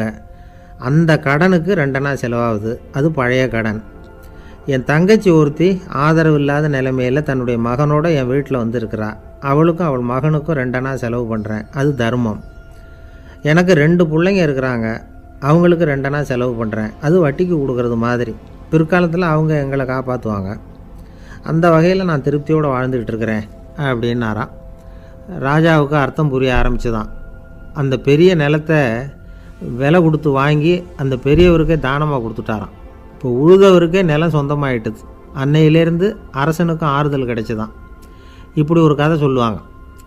8 அணா வருமானத்தை வச்சுக்கிட்டு எப்படி காலத்தை தள்ளுறதுன்னு சொல்கிறதுக்காக இந்த கதையை சொல்கிறதாக யாரும் தப்பாக நினச்சிக்கக்கூடாது. கிடைக்கிறத எப்படி பங்கு போடுறார், எப்படி திருப்தியாக வாழறார் அப்படிங்கிறது தான் முக்கியம். அது மாதிரி இன்றைக்கு இந்த பொங்கல் திருநாளில் உழவர்கள் மனசு மகிழ்ச்சியாக இருந்ததுன்னா அது எல்லாரும் மகிழ்ச்சியாக இருக்கிறது மாதிரி அர்த்தம். அதனால் அவர்கள்ட்டேருந்து நாம் வந்து பாடம் கற்றுக்கணும். சில உழவர்கள் வந்து தங்கள் நிலத்தில் விளையிறத தாங்கள் சாப்பிட மாட்டாங்க, அடுத்தவங்கள்ட்ட விற்றுட்டு சந்தையில் போய் வேறு அரிசி வாங்கிட்டு வந்து தான் இவங்க சாப்பிடுவாங்க. அப்படிப்பட்ட விவசாயிகள்லாம் இது உண்டு. பங்கிடுகிற பண்பை உழவர்கள்ட்டேருந்து கற்றுக்கொள்ளுங்கள் அப்படிம்பாங்க. ஒரு ஆள் நிம்மதியாக மகிழ்ச்சியாக இருந்தானா, உங்கள் நிம்மதிக்கும் மகிழ்ச்சிக்கும் என்ன காரணம்னு கேட்டிருக்கார் இன்னொருத்தர். என்கிட்ட இருந்தது பூராவையும் என் பிள்ளைங்களுக்கு சமமாக பங்கு போட்டு கொடுத்துட்டேன், எனக்குன்னு எதுவுமே வச்சுக்கல, அதுதான் நிம்மதிக்கு காரணம்ன்றிருக்கான். உங்ககிட்ட இருந்தது எவ்வளவு இருந்தது அப்படின்னு கேட்டிருக்காரு அவர். மொத்தமாக ஒரு 50,000 ரூபா இருக்கும். அப்படின்னு இருக்கான். அவ்வளவும் பணமாகவே இருந்ததா அப்படின்னு கேட்டிருக்காங்க அவங்க. இல்லைங்க, அவ்வளவும் கடன், அதை தான் பிரித்து கொடுத்துருக்கேன் பிள்ளைங்கக்கிட்ட அப்படின்னு நானும். அவன் எது ரொம்பவும் கஷ்டமான காரியம் அப்படின்னு கேட்டார் ஒருத்தர். ஒருத்தருக்கு ஒருத்தர் சண்டை போடாமல் இருக்கிறது தான் ரொம்ப கஷ்டமான காரியம் அப்படின்னு தோணுது. ஒரு நாட்டுக்கும் இன்னொரு நாட்டுக்கும் சண்டை, நாட்டுக்குள்ளேயே ஒரு குரூப்புக்கும் இன்னொரு குரூப்புக்கும் சண்டை. ஏன் சண்டை போட்டுக்கிறீங்கன்னு கேட்டு பாருங்கள். நாங்கள் சமாதானத்துக்காக தான் சண்டை போட்டுக்கிறோம் அப்படிம்பாங்க. வாழறதுக்காக பிறந்த மனுஷன் லட்சியத்துக்காக உயிரை விட தயார் அப்படின்னு சொல்லிகிட்டு இருப்பான். அப்படி உயிரை விடுறவங்கள நாமளும் பாராட்டுவோம். ஆனால் ஒன்றுமில்லாத விஷயங்களுக்கெல்லாம் சண்டை போடுறவங்களெல்லாம், அப்படிப்பட்டவங்களையும் சரி உயிரை விடுறவங்களையும் சரி என்னென்னு சொல்கிறது, யுத்தங்களாலேயும் சண்டைகளாலேயும் நாம் அடையிறது என்னங்கிறது ஒரு பக்கம் இருக்கட்டும், இழக்கிறது என்ன தெரியுமா? ஏராளமான உயிர்கள். ரத்தம் சிந்துறதுக்கு நான் தயார் அப்படின்னு மார்தட்டி சொல்லலாம். ஆனால் ரத்தம் சிந்தினா உயிர் காத்துக்கிட்டு இருக்க தயார் இல்லை. அதாவது உயிர் நமக்காக காத்துக்கிட்டு இருக்க தயார் இல்லை. இழக்கிற ரத்தத்தை ஈடுகட்டினா தான் உயிரை காப்பாற்ற முடியும். அதனால் இது சம்மந்தமாக ஆராய்ச்சி செய்கிற கட்டாயம் ஏற்பட்டு போச்சு. அதோட விளைவாக புதுசாக ஒன்றை கண்டுபிடிச்சிருக்கிறாங்க. அதுதான் செயற்கை இரத்த பொடி. இப்போ இந்த திடீர் சாம்பார் பொடி, திடீர் ரசப்பொடி, திடீர் காப்பி பொடி இப்படிலாம் சொல்கிறோம்ல, அது மாதிரி இது திடீர் இரத்த பொடி. இஸ்ரேல் ஒரு சின்ன நாடு, மக்கள் தொகை குறைச்சல், அதோட போர்கள் வேறு. அதனால் காயம்பட்டவங்களை காப்பாற்றியே தீர வேண்டிய கட்டாயம். காப்பாற்றணும்னா ரத்த இழப்பை தடுக்கணும். அப்படின்னா உடனடியாக புது ரத்தம் செலுத்தி ஆகணும். திடீர்னு ரத்தம் வேணும்னா எங்கே போகிறது? அதுவும் கிடைக்கிற ரத்தம் சேர்கிற குரூப்பாக இருக்கணும். ஒரு வேடிக்கை பார்த்தீங்களா, நான் வேறு குரூப்பு நீ வேறு குரூப்புன்னு இவன் சண்டை போடுறான். இதில் அடிபட்டவனுக்கு ரத்தம் கொடுக்க போனால் அதுலேயும் அது வேறு வேறு குரூப்பாக இருக்குது. அது ரத்தமும் வேறு வேறு குரூப்புன்னு சொல்லிகிட்டு இருக்குது. எந்த குரூப்பு ரத்தம் வேணும், அது உடனடியாக கிடைக்கலன்னா என்ன பண்ணுறது? இப்படிப்பட்ட கஷ்டம்லாம் நமக்கு வந்துடுது. இதுக்காக தான் விஞ்ஞானிகள் இந்த ரத்த பொடியை கண்டுபிடிச்சிருக்கிறாங்க. அதாவது ஒரு ஆள் அடிபட்டு போட்டான்னு வச்சுங்களேன், அவனுக்கு ரத்தம் கிடைக்கல, உடனே என்ன பண்ணலாம்? இந்த சுத்தப்படுத்தப்பட்ட தண்ணீரை கொஞ்சம் எடுத்துக்க வேண்டியது, அதில் இந்த ரத்த பொடியை கரைக்க வேண்டியது. இப்போ இந்த செயற்கை ரத்தம் தயாராகிட்டுது. இதை அந்த ஆள் உடம்புல ஏற்றி விட்டுற வேண்டியது. இயற்கையாக நம்ம உடம்பில் இருக்கிற ரத்தம் என்னென்ன வேலை செய்யுதோ அதே வேலையை இதுவும் செய்யும். அதாவது ஆக்சிஜனை உடம்புல எல்லா இடத்துக்கும் எடுத்துகிட்டு போகுது. அந்த வேலையை இந்த செயற்கை ரத்தமும் செஞ்சுடுது. ஆனால் ஒரு விஷயம், இந்த செயற்கை ரத்தம் ஒரு அவசரத்துக்கு தான் உபயோகப்படுத்தலாம், ஒரு முதல் உதவி மாதிரி. அதை அப்படியே நிரந்தரமாக விட்டுற முடியாது. பின்னாடி தேவையான குரூப்பு உண்மையான ரத்தம் கிடைச்ச உடனே அதை செலுத்திக்கணும். உண்மையான ரத்தத்தை 20லேருந்து 40 நாள் வரைக்கும் தான் பாதுகாக்க முடியும். அதுவும் குளிர்பதன பெட்டியில். அதுக்குள்ளே உபயோகப்படுத்தலைன்னா அது வீணாக போயிடும். இந்த ரத்த பொடி அப்படி இல்லை, எவ்வளோ நாள் வேணும்னாலும் அப்படியே வச்சுருக்கலாம். குளிர்பதன பெட்டியும் தேவையில்லை. ஆனால் ஒன்று, இது தண்ணியில் கலந்து செயற்கை ரத்தமாக ஆக்கிவிட்டா அதோட வலு 72 மணி நேரம் தான். அதாவது 3 நாள். அதுக்குள்ளே அந்த ஆசாமியை எங்கேயாவது ஆஸ்பத்திரிக்கு தூக்கிட்டு போய் உண்மையான ரத்தத்தை கொடுத்துடணும். சண்டையில் அடிபடுறவங்க, சாலை விபத்தில் அடிபடுறவங்க, இவங்களுக்கெல்லாம் அவசரத்துக்கு கை கொடுத்து உதவுறது இந்த செயற்கை ரத்த பொடி. அதுக்கப்புறம் நாம் கொடுக்குற ரத்தம் தான் அவங்கள காப்பாற்றணும். இன்றைக்கி ரத்தத்தை தானமாக கொடுக்க தயாராக இருக்கிற நல்ல உள்ளங்கள் ஏராளம். எவ்வளவு ஆக்சிடெண்ட்டு, ஆப்ரேஷன், இதில் சம்மந்தப்பட்டவங்களை காப்பாற்றுறது நாம் தானமாக கொடுக்குற ரத்தம் தானே. ஒரு ஆக்சிடெண்ட்டு, ஒரு ஸ்கூட்டர் ஒரு ஆள் மேலே மோதி விட்டுது, பார்த்து வரக்கூடாதா அப்படின்னா அந்த ஆள், நீ தான் பார்த்து நடக்கணும், ஏன்னா 20 வருஷமாக நான் அந்த ஸ்கூட்டரை ஓட்டிக்கிட்டு இருக்கிறேன் அப்படின்னானா இவன். இதுக்கு அவன் சொன்னானா, நீ தான் பார்த்து ஓட்டணும், ஏன்னா 40 வருஷமாக நான் இப்படி நடந்துக்கிட்டு இருக்கிறேன் அப்படின்னானா. ஒரு ஊரில் ஒரு ராஜா இருந்தார். பெரிய அரண்மனையில் தான் இருக்கிறார். எல்லா வசதியும் இருந்தது. இருந்தாலும் அவர் எல்லாரும் சொல்கிறது எப்படி தெரியுமா? பிச்சைக்கார ராஜா. அப்படி ஒரு பேர் அவருக்கு நிலச்சி போச்சு. ஜனங்களும் சரி, மற்ற தேசங்களில் உள்ளவங்களும் சரி, அவர் அந்த பேர் சொல்லியே குறிப்பிடுறது வழக்கமாக போட்டுது. இது அவருக்கு ரொம்ப கவலையாக போச்சு. என்ன இது, நம்மளை தேடி வர்றவங்களுக்கெல்லாம் நாம் சோறு போடுறோம், நம்ம புகழ்ந்து பாடல் ஏற்றி கொண்டு வர்ற புலவர்களுக்கெல்லாம் அவங்க எப்படி வந்தாலும் ஒருவேளை சோறு போடணுங்கிறது உத்தரவு. இவ்வளவுலாம் செஞ்சும் நம்மளை போய் பிச்சைக்கார ராஜான்னு எல்லாரும் சொல்கிறாங்களே, அது ஏன், எதுக்காக இப்படி சொல்கிறாங்க? இதுதான் ராஜாவுக்கு குழப்பம். சரி, இதை பற்றி நம்ம அமைச்சர்கள்கிட்ட கேட்கலாமா அப்படின்னு யோசனை பண்ணார். இந்த விஷயத்தை போய் அவங்கக்கிட்ட எப்படி கேட்குறதுன்னு அவருக்கு தயக்கமாக இருந்தது. கௌரவ குறைச்சலாக தெரிஞ்சுது அவருக்கு. சரி, சாதாரண குடிமக்கள்கிட்ட இதை பற்றி கேட்கலாமா அப்படின்னு யோசனை பண்ணார். கேட்கலாம், ஆனால் அவங்க யாரும் ராஜா முன்னாடி வந்து நின்று தைரியமாக பேசக்கூடிய அளவுக்கு இல்லை. ராஜாவோட குழப்பம் நாளுக்கு நாள் அதிகமாக போச்சு. கடைசியாக அவர் ஒரு முடிவுக்கு வந்தார். அதாவது இதை பற்றி ஒரு பிச்சைக்காரங்கிட்டே கேட்டு பார்த்துட்டா என்ன. இதுதான் அவர் பண்ண முடிவு. உடனே மாறு வேஷம் போட்டுக்கிட்டு நகர்வலம் போனார். ஒரு பிச்சைக்காரனை கண்டுபிடிச்சார். இதை பாருப்பா, நம்ம ராஜாவை எல்லாரும் பிச்சைக்கார ராஜான்னே சொல்கிறாங்களே, அதுக்கு என்ன காரணமாக இருக்கும் அப்படின்னு கேட்டார். அதுக்கு அவன் சொல்கிறான், இதுக்கான பதிலை இன்னும் ஒரு 30 நாளில் சொல்கிறேன் அப்படின்னா. உடனே இவருக்கு சந்தோஷம். உண்மையை அவங்ககிட்ட சொன்னார். நான் வேறு யாரும் இல்லை, நான் தான் இந்த நாட்டு ராஜா. இப்போ நீ என் கூடவே வந்துடும், அரண்மனையிலேயே தங்கிக்கோ. 30 நாள் கழித்து எனக்கு பதில் சொல்லிவிட்டு அதுக்கப்புறமா நீ போகலாம் அப்படின்னு சொல்லி அழைச்சிட்டு வந்துட்டார். அரண்மனையில் ஒரு மூலையில் அவன் தங்கறதுக்கு இடம் கொடுத்தார். தினம் 2 வேளையும் இவனுக்கு சோறு போடுங்க அப்படின்னு உத்தரவு போட்டார். ராஜா கொடுத்த இடத்துல போய் உக்காந்துக்கிட்டான் அந்த பிச்சைக்காரன். தினமும் அந்த அரண்மனையில் நடக்கிறதையெல்லாம் கவனிச்சிக்கிட்டு வந்தான். வேளைக்கு சாப்பாடு வரும், சாப்பிட்டுக்கிட்டு இருக்கான். இப்படி 30 நாள் முடிஞ்சுது. ராஜா வந்தார். என்ன, என்னோட கேள்விக்கு பதில் என்னன்னு கண்டுபிடிச்சிட்டியான்னார். கண்டுபிடிச்சிட்டேன்னா. என்ன எல்லாரும் பிச்சைக்கார ராஜான்னு சொல்கிறாங்களே, அது நியாயமாக படுதா உனக்குன்னு கேட்டார். நியாயமாக தான் படுது, சந்தேகம் இல்லாமல் நீங்கள் பிச்சைக்கார ராஜா தான். என்னதான் நீங்கள் வசதியோடவும் படைபலத்தோடவும் இருந்தால் கூட நீங்கள் எங்கள் வர்க்கத்தை சேர்ந்த ஆசாமி தான் அப்படின்னு அடித்து சொல்லிவிட்டான் அந்த ஆள். ஏனால் அப்படி சொல்கிறேன்னு கேட்டார் இவர். அரசே, ஒரு உண்மையை கண்டுபிடிச்சி சொல்கிறதா நான் உங்ககிட்ட சொன்னேன். நீங்கள் ராஜ பரம்பரைன்னா உடனே உங்கள் கழுத்தில் கிடக்கிற முத்து மாலையை கழட்டி பரிசாக கொடுத்துருப்பீங்க, பொன்னையும் மணியையும் கொடுத்துருப்பீங்க. ஆனால் நீங்கள் அப்படி செய்யலை. என்னை ஒரு மூலையில் உட்கார வச்சு 2 வேளை சோறு போட சொன்னீங்க. உங்களை தேடி யார் வந்தாலும், யார் வந்து பாராட்டி பேசினாலும் அல்லது பிரச்சனைகளை சொன்னாலும் நீங்கள் செய்கிற ஒரே காரியம் சோறு போடுறது தான். பிச்சைக்காரனுக்கு சோறு மட்டும்தான் உலகம். உங்கள் விஷயத்திலையும் நீங்கள் அப்படி தான் நினைக்கிறதாக தெரியுது. நல்லா கவனிங்க. எந்த ஒரு பிரச்சனைக்கும் சோறு தான் முடிவுன்னு நினைக்கிறீங்க பாருங்கள்.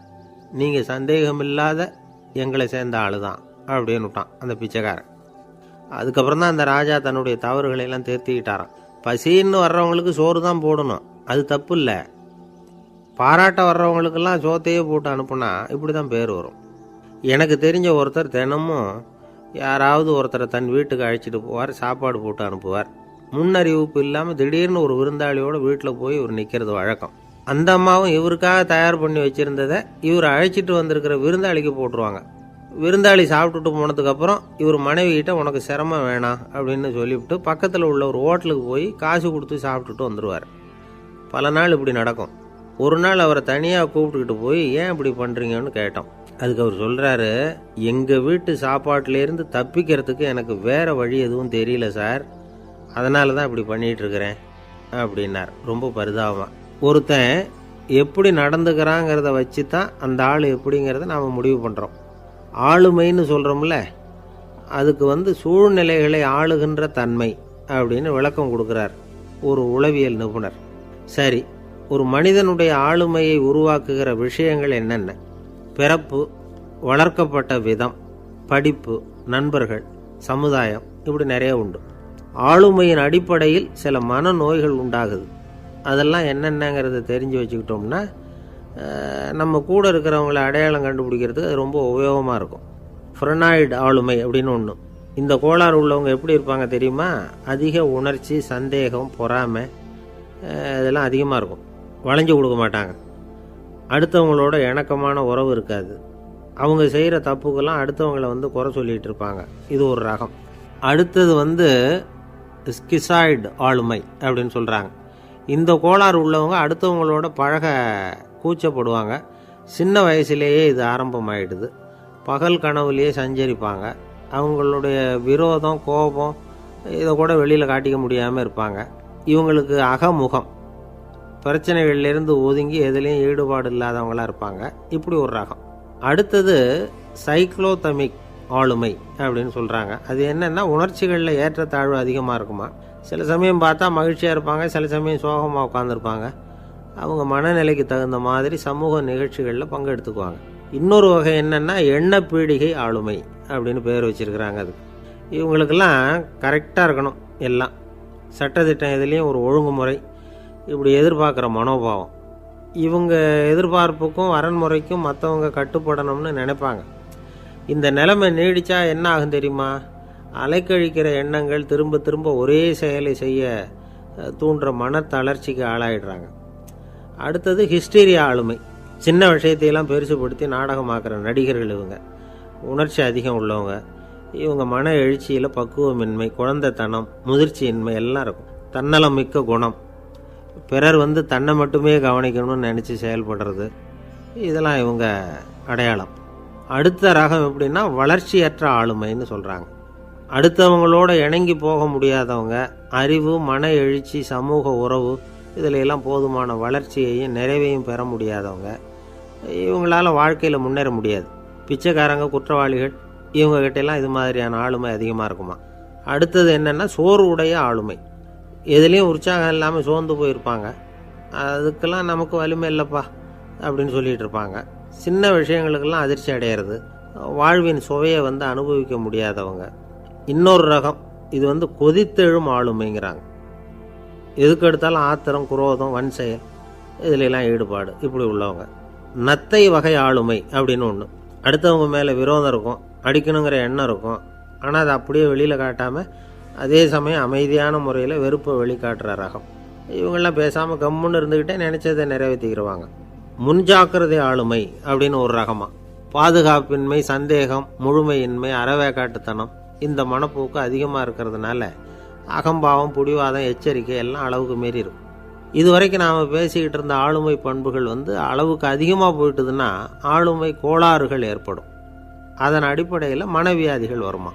அதனால் இணக்கமான, எல்லாரும் விரும்புகிற இயல்பான ஆளுமையை பெறுவதற்கு நாம் முயற்சி செய்யணும் அப்படிங்கிறது மனோதத்துவ நிபுணர்களுடைய ஆலோசனை. ஒருத்தர் ஒரு மனோதத்துவ டாக்டரை தேடிட்டு வந்தாராம். டாக்டர், எனக்கு மனசில் ஏதோ வியாதி, ஆளுமை கோளாறு, அதாவது எனக்கு சீக்கிரமாக செத்து போனால் தேவையில்லைன்னு தோணுது அப்படின்னாராம். உடனே அந்த டாக்டர், சரி அப்படின்னா இங்கே இருங்க, நான் வைத்தியம் பார்க்குறேன் அப்படின்னாராம். ஆஃபீஸு முடிஞ்சு வீட்டுக்கு போகிற சமயத்தில் ஒருத்தர் கடைக்கு போய் ஸ்வீட் வாங்கினார். சரி, வீட்டுக்கு பிள்ளைங்களுக்கு தான் வாங்கிட்டு போகிறார் அப்படின்னு மற்றவங்க நினச்சாங்க. அவர் அப்படி செய்யலை. அந்த இடத்துலையே பொட்டலத்தை பிரித்தார். திருட மாதிரி அப்படியே சுற்றி ஒரு தரம் பார்த்துக்கிட்டார். யாரும் தெரிஞ்சவங்க இல்லைங்கிறத முடிவு பண்ணிவிட்டு அவசரமாக அதை அப்படியே போட்டு முழுங்கிவிட்டு கையை தொடச்சிக்கிட்டு நல்ல பிள்ளை மாதிரி நடந்து போக ஆரம்பிச்சிட்டார். அவர் யாருன்னா, அவரோட பிரச்சனை எல்லாருக்கும் தெரியாது, சில பேருக்கு தான் தெரியும். அதாவது அவர் உடம்பில் சர்க்கரை இருக்குதுன்னு டாக்டர் சொல்லிவிட்டாராம். அதனால் வீட்டில் சர்க்கரையே இவர் கண்ணில் காட்டுறதில்ல. அதனால் இவர் யார் கண்ணிலையும் படாமல் இப்படிப்பட்ட வேலைகள்லாம் செய்கிறது வழக்கம். யாருக்கும் தெரியாமல் இப்படி ஸ்வீட்டை வாங்கி சாப்பிட்டுட்டு அவர் பாட்டுக்கு போயிடுறது. இப்படிப்பட்டவங்களுக்கெல்லாம் கொஞ்சம் ஆறுதலான தகவல் இன்றைக்கி. அது என்னென்னா, நாம் சாப்பிட்ற சர்க்கரைக்கும் நம்ம உடம்பில் உள்ள சில கோளாறுகளுக்கும் அப்படி என்ன தான் சம்மந்தம் இருக்குது. இதை பற்றி சமீபத்தில் சில ஆராய்ச்சிகள்லாம் நடந்திருக்குது. ஏன்னா சர்க்கரைன்னாவே விஷம் மாதிரி அதை பார்க்குறவங்களும் சில பேர் உண்டு. சின்ன பிள்ளைங்களுக்கு வயத்தில் பூச்சி உண்டாகிறதுலேருந்து பெரியவங்களுக்கு நீரிழிவு வர்ற வரைக்கும் எல்லாத்துக்கும் சர்க்கரை தான் காரணம்னு சொல்லிகிட்டு இருக்கிறோம். ஆனால் அந்த அளவுக்கு பயப்பட வேண்டிய அவசியம் இல்லை அப்படின்னு சொல்கிறாங்க. சர்க்கரை வியாதி, இருதய நோய், பித்த நீர்ப்பை நோய் இதெல்லாம் சில நோய்கள்லாம் நாம் சாப்பிட்ற சர்க்கரைக்கும் தொடர்பு இருக்குன்னு நினைக்கிறோம். ஆனால் அப்படி சம்பந்தம் உண்டுங்கிறதுக்கு போதுமான அளவுக்கு ஆதாரம் இல்லை அப்படிங்கிறாங்க ஆராய்ச்சியாளர்கள். ஒரே ஒரு சம்பந்தம் தான் உறுதியாக இருக்குதான். அதுவும் இந்த பல் சிதைவு அப்படின்னு இருக்கு இல்லையா, அந்த சர்க்கரை சாப்பிட்றதுக்கும் இந்த பல் சிதைவுக்கும் சம்பந்தம் இருக்குது அப்படிங்கிறத மட்டும் உறுதியாக சொல்கிறாங்க. சர்க்கரைன்னா நாம் சாப்பிட்ற ஜீனி மட்டும் இல்லை, பழம், காய்கறி, பால், தேன் இப்படி எல்லாத்துலேயும் அது இருக்குது. கேரட்டு கொடுக்குற சத்தில் 88% சர்க்கரை, ஆப்பிள் கொடுக்குற சக்தியில் 95% சர்க்கரை. இது ஜீனி சர்க்கரை, இது ஆப்பிள் சர்க்கரை அப்படிங்கிற வித்தியாசம்லாம் உடம்புக்கு கிடையாது. ரெண்டுமே உடனடியாக சக்தி கொடுக்குது. ஒரு ஸ்பூன் சர்க்கரையில் 16 கலோரி தான் சத்து இருக்குது. அதிகமாக சர்க்கரை சாப்பிட்டா நீரிழிவு வந்துருங்கிறது தப்பான ஒரு அபிப்பிராயம். டயபெட்டிஸுங்கிறது ஒரு மெட்டபாலிக் டிசார்டர், அவ்வளவுதான். அதாவது நாம் சாப்பிட்ற சர்க்கரையை நம்ம உடம்பு திறமையாக உபயோகப்படுத்திக்க முடியல அப்படின்னு அர்த்தம். அதனால தான் அதிகமாக இனிப்பு வேணாம்னு சொல்கிறோம். ஏற்கனவே உடம்பால் முடியாத ஒன்றை மறுபடியும் அது தலையில் சுமத்தி அதிகமாக வேலை வாங்க வேணாமே அப்படிங்கிறதுக்காக தான். ஆகாரத்தில் அதிகமாக சர்க்கரை இருந்தால் அதனால் உடனே சர்க்கரை வியாதி வந்துடும்ங்கிறதுக்கு விஞ்ஞான ரீதியாக போதுமான ஆதாரம் இல்லை. அதனால் எப்போவாவது அதிகமாக ஸ்வீட்டு சாப்பிட்டுட்டா ஐயோ அதிகமாக சாப்பிட்டோமோ என்ன பண்ண போகுது தெரியலையே அப்படின்னு நினச்சி மனசை போட்டு குழப்பிக்க வேண்டியதில்லை. பொதுவாக எதுவுமே அதிகமாக வேண்டாம், எல்லாம் சீராக இருந்தால் போதும். நீரிழிவுங்கிறது புதுசாக வந்துட்ட ஒரு நோய் இல்லை, ரொம்ப காலமாகவே இருக்கிற ஒன்று தான். நம்ம முன்னோர்கள் இதை மதுமேகம் அப்படின்னு சொல்லுவாங்க. அதை கட்டுப்படுத்துறதுக்கு அவங்களே சில வழிமுறையை சொல்லி வச்சுருக்கிறாங்க. அது என்னென்னா வேறு ஒன்றும் இல்லை, இந்த பாவக்காய், முள்ளங்கி, அருகம்புல், அவ்வளவுதான். வெள்ளை முள்ளங்கி இருக்குல்ல, அதை வாரத்துக்கு 3 நாள் சாப்பிட்டுக்கிட்டு வாங்க. நூலுக்கோல் ரொம்ப நல்லது. இல்லைன்னா முள்ளங்கி சாறு 1 ounce சாப்பிட்டுட்டு வரலாம். ரத்தத்தில் சேர்கிற சர்க்கரை அளவை இதெல்லாம் கட்டுப்படுத்துது. சிறுநீரில் காணப்படுகிற சர்க்கரை அளவையும் சமநிலைப்படுத்துது. தினமும் ஆகாரத்தில் கோதுமை, கேழ்வரகு, வெந்தயம், கருவேப்பிலை, சோயாபீன்ஸ் எது கிடைக்குதோ சேர்த்துக்கலாம். இப்படிலாம் செஞ்சுக்கிட்டு வந்தால் அப்புறம் வீட்டுக்கு தெரியாமல் கடையில் போய் நின்றுக்கிட்டு ஸ்வீட் வாங்கி திருட்டுத்தனமாக சாப்பிட வேண்டிய அவசியமே உங்களுக்கு வராது. 2 ஆசாமிகள் கடற்கரையில் உட்காந்து சாவகாசமாக பேசிக்கிட்டு இருந்தாங்களாம். ஒருத்தர் சொன்னார், இன்னொருத்தருக்கு தெரியாமல் ஸ்வீட்டு சாப்பிட்றதே எப்பவும் இடைஞ்சல் தான் சார். நேற்றுக்கு பாருங்கள், அப்படி தான் சாப்பிட்டுக்கிட்டு இருந்தேன், வீட்டுக்காரி கண்ணில் போட்டுவிட்டுது, அதுக்கப்புறம் ஒரே ரகலையாக போச்சு அப்படின்னாராம். எனக்கு கூட அப்படி தான் சார் ஆகிட்டுது, ஒரே ரகலை அப்படின்னாராம் இன்னொருத்தர். நீங்கள் சாப்பிட்டதும் உங்கள் வீட்டுக்காரங்க கண்ணில் போட்டுவிட்டுதா சார் அப்படின்னு கேட்டிருக்கார் இவர். அதுக்கு அவர் சொன்னாராம், அப்படி இல்லை சார், கடைக்காரர் கண்ணில் போட்டுவிட்டுதோ, நான் அவருக்கு தெரியாமல் அந்த ஸ்வீட்டை அவர் கடையிலேருந்து எடுத்திருந்தேன் அப்படின்னு விளக்கம் கொடுத்தாராம் இந்த ஆள். ஒருத்தர் முகத்தை தொங்க போட்டுக்கிட்டு ஒரு மாதிரியாக வந்தார். என்ன விஷயம்னு விசாரித்தேன். என்னுடைய நண்பன் ஒருத்தங்கிட்ட கருத்து வேறுபாடு, இனிமேல் நமக்குள்ளே எந்த சம்மந்தமும் வேணாம்னு நட்பை முறிச்சிட்டு வந்துட்டேன்னா. நண்பர்கள்னு இருந்தால் கருத்து வேறுபாடு வரத்தான் செய்யும்னு. கருத்து வேறுபாடு வராமல் இருக்கிறதுக்கு ஏதாவது வழி உண்டா அப்படின்னு கேட்டாங்க. அதை பற்றி நிபுணர்கள் சில யோசனைகளை சொல்லியிருக்கிறாங்கன்னு. முதல் விஷயம் என்னென்னா, உங்கள் நண்பனுக்கு ஒரு செய்தி சொல்லணும்னா அதை நீங்களே நேரடியாக சொல்லுங்கள், அல்லது உங்கள் கைப்பட கடிதம் எழுதுங்க. அதாவது நேரடி தொடர்பு முக்கியம். அதை விட்டுட்டு இன்னொருத்தர் மூலமாக நண்பர்களுக்கு செய்தி அனுப்புனா நீங்கள் சொல்கிற செய்தி அப்படியே போய் சேராது, அது சேதமாயிடும். அதை கூட்டி குறைச்சி சொல்லிவிடுவாங்க, அது குழப்பத்தில் கொண்டாந்து விட்டுரும். இது ஒரு யோசனை. 2வது யோசனை என்னென்னா, நீங்கள் ஒரு நல்ல காரியத்தை செய்யும் பொழுது உங்கள் நண்பரையும் சேர்த்துக்குங்க, அவருக்கும் அதில் ஒரு ஈடுபாட்டை உருவாக்குங்க. 3வது யோசனை, நம்ம பக்கத்தில் இருக்கிற நண்பர் மகிழ்ச்சி அடைகிற மாதிரி ஏதாவது செய்யணும். சின்ன சின்ன செயல்களாக இருந்தாலும் பரவாயில்ல, அவர் நமக்கு எதுவும் செய்யலையே, நாம் எதுக்கு செய்யணும் அப்படின்னு நினச்சிக்கிட்டு இருக்கக்கூடாது. 4வது யோசனை என்னென்னா, உங்களுக்கு ஒரு பிரச்சனையா அல்லது உங்கள் நண்பருக்கு ஒரு பிரச்சனையா, எதுவாக இருந்தாலும் 2 பேரும் சேர்ந்து உட்காந்து ஆலோசனை பண்ணுங்கள். நம்ம யோசனையும் கேட்கப்படுதே அப்படிங்கிற நினைப்பே அவருக்கு ஒரு மன நிறைவை உண்டாக்குமா. 5வது யோசனை, உங்கள் நண்பர் ஏதோ ஒரு காரியத்தை செய்கிறார், நீங்கள் உடனே அவசரப்பட்டு நீ செய்கிறது தப்புன்னு தீர்ப்பு சொல்லக்கூடாது. அவர் அதை செய்யறதுக்கான நியாயங்கள் எவ்வளவோ இருக்கும், அதை புரிஞ்சுக்கிறதுக்கு முயற்சி பண்ணணும். 6வது யோசனை, உங்கள் நண்பர் என்ன சொன்னாலும் அதை பொறுமையாக கேளுங்க. அவர் சொல்கிறத புரிஞ்சுக்கணும், அவர் சொல்ல விரும்புகிறத புரிஞ்சுக்கணும், அவர் சொல்ல முடியாமல் தவிக்கிறதையும் புரிஞ்சுக்கணும். இப்படி 3 விதமாகவும் அவரை புரிஞ்சுக்கிட்டு அதுக்கு தகுந்த மாதிரி செயல்படணும். 7வது யோசனை என்னென்னா, உங்கள் நண்பர் உங்ககிட்ட ஏதோ ஒரு கருத்தை சொல்கிறார், அது உங்களுக்கு பிடிக்கல, அதுக்காக உடனே நீ சொல்கிறது சரியில்லை, நான் ஒத்துக்க மாட்டேன் அப்படின்லாம் மறுத்துக்கிட்டு இருக்கக்கூடாது. அவர் சொல்கிறத கேட்கணும், பொறுமையாக சிந்திக்கணும், அதுக்கப்புறம் பதில் சொல்லணும். இப்படிலாம் நடந்துக்கிட்டால் நண்பர்களுக்குள்ள கருத்து வேறுபாடு வர்றதுக்கு வாய்ப்பே இருக்காது அப்படின்னு வல்லுநர்கள் தொகுத்து சொல்லியிருக்கிறாங்க இந்த யோசனைகளை. எனக்கு தெரிஞ்ச சில நண்பர்கள் உண்டு, அவங்களுக்குள்ளேயும் கருத்து வேறுபாடுகள் வராமல் இருக்கிறதுக்கு சில நுட்பங்களை கையாளுறது உண்டு. ஒருத்தர் சொன்னார், அந்த டாக்டர் சின்ன வயசுலேருந்து என் கூட பழகினவர், நாங்கள் 2 பேரும் இணை பிரியாத நண்பர்கள், இருந்தாலும் எனக்கு உடம்பு சரியில்லைன்னா நான் அவர்கிட்ட வைத்தியம் பார்த்துக்க மாட்டேன் அப்படின்னார் ஒருத்தர். ஏன் அப்படின்னு கேட்டேன். எங்கள் நட்பு கெட்டுப்போடக்கூடாது இல்லையா, அதனால தான் அப்படின்னார் இவர். ஒரு மனுஷனுக்கு 3 விதத்தில் கர்வம் உண்டாகிறதுக்கு வாய்ப்பு உண்டு. பணம், பதவி, புகழ். பணம் அதிகமாக வந்தால் கர்வம் வரலாம், பதவி பெருசாக வந்துட்டுதுன்னா கர்வம் வரலாம், புகழ் அதிகமாக போனாலும் கர்வம் வரலாம். இந்த 3 வகையான கர்வத்துக்கும் இடம் கொடுக்காமல் இருக்கிறாங்க பாருங்கள், அவங்க தான் சிறந்த மனிதர்கள். ஒரு பெரிய பொறுப்பில் இருக்கிறவங்களுக்கு கர்வம் வந்துடக்கூடாது. அப்படி வந்துட்டுதுன்னா அது எல்லாருக்கும் இடைஞ்சல். ஒரு ராஜா இருந்தார். அவர் ஒரு நாள் தன்னுடைய தலைநகரத்தை சுற்றி வந்துக்கிட்டு இருந்தார். ஒரு இடத்துல ஒரு அழகான நிலத்தை பார்த்தார். ஆஹா, இந்த இடத்துல நமக்குன்னு ஒரு மாளிகையை கட்டினா எவ்வளோ நல்லாயிருக்கும் அப்படின்னு நினச்சார். ராஜா நினச்சா அது முடியாத காரியமா? சரி, இந்த நிலம் யாருக்கு சொந்தம்னு விசாரிங்க அப்படின்னார் பக்கத்தில் இருந்தவங்கக்கிட்ட. அவங்கெல்லாம் ஓடி போய் விசாரித்தாங்க. அந்த இடம் வந்து ஒரு வயசான கிழவிக்கு சொந்தம், வயசான அம்மாவுக்கு சொந்தமாக. அந்த அம்மா தான் அதில் ஒரு குடிசையை போட்டு குடியிருந்துகிட்டு இருக்கிறாங்க. சரி, அந்த நிலத்துக்கு வந்து ஒரு விலையை நிர்ணயம் பண்ணி அதை அந்த வயசான அம்மாக்கிட்ட கொடுத்துருங்கோ அப்படின்னு உத்தரவு போட்டார் ராஜா. ஆனால் அந்த அம்மா, இது எங்கள் பூர்வீக இடம், இதை விற்க மாட்டேன் அப்படின்னு சொல்லிவிட்டுது. சரி, 2 பங்கு விலை கொடுக்குறோம்னு சொல்லி பாருங்க அப்படின்னாங்க. அப்படியே சொன்னாங்க அரண்மனை ஆட்கள். அதுக்கும் சம்மதிக்கலை அந்த அம்மா. இதை கேள்விப்பட்டதும் ராஜாவுக்கு கோபம் வந்துட்டுது. தன்னுடைய ஆளுங்களை கூப்பிட்டார். போய் அந்த குடிசையை பிரித்து எறிங்க, காசெல்லாம் ஒன்றும் கொடுக்காதீங்க அப்படின்னு கத்தினார். அவ்வளோதான். அடுத்த நிமிஷம் அரண்மனை ஆசாமிகள் போனாங்க, குடிசையை பிரித்து எரிஞ்சாங்க. அந்த வயசான அம்மா இருக்குது, அதுவும் அந்த இடத்த விட்டு துரத்தி விட்டாங்க. அந்த இடத்துல ஒரு அரச மாளிகையை கட்டி முடிச்சிட்டாங்க. அந்த வயசான அம்மா பாவம், ராஜாவே இப்படி பண்ணால் யார்கிட்ட போய் முறையிட முடியும்?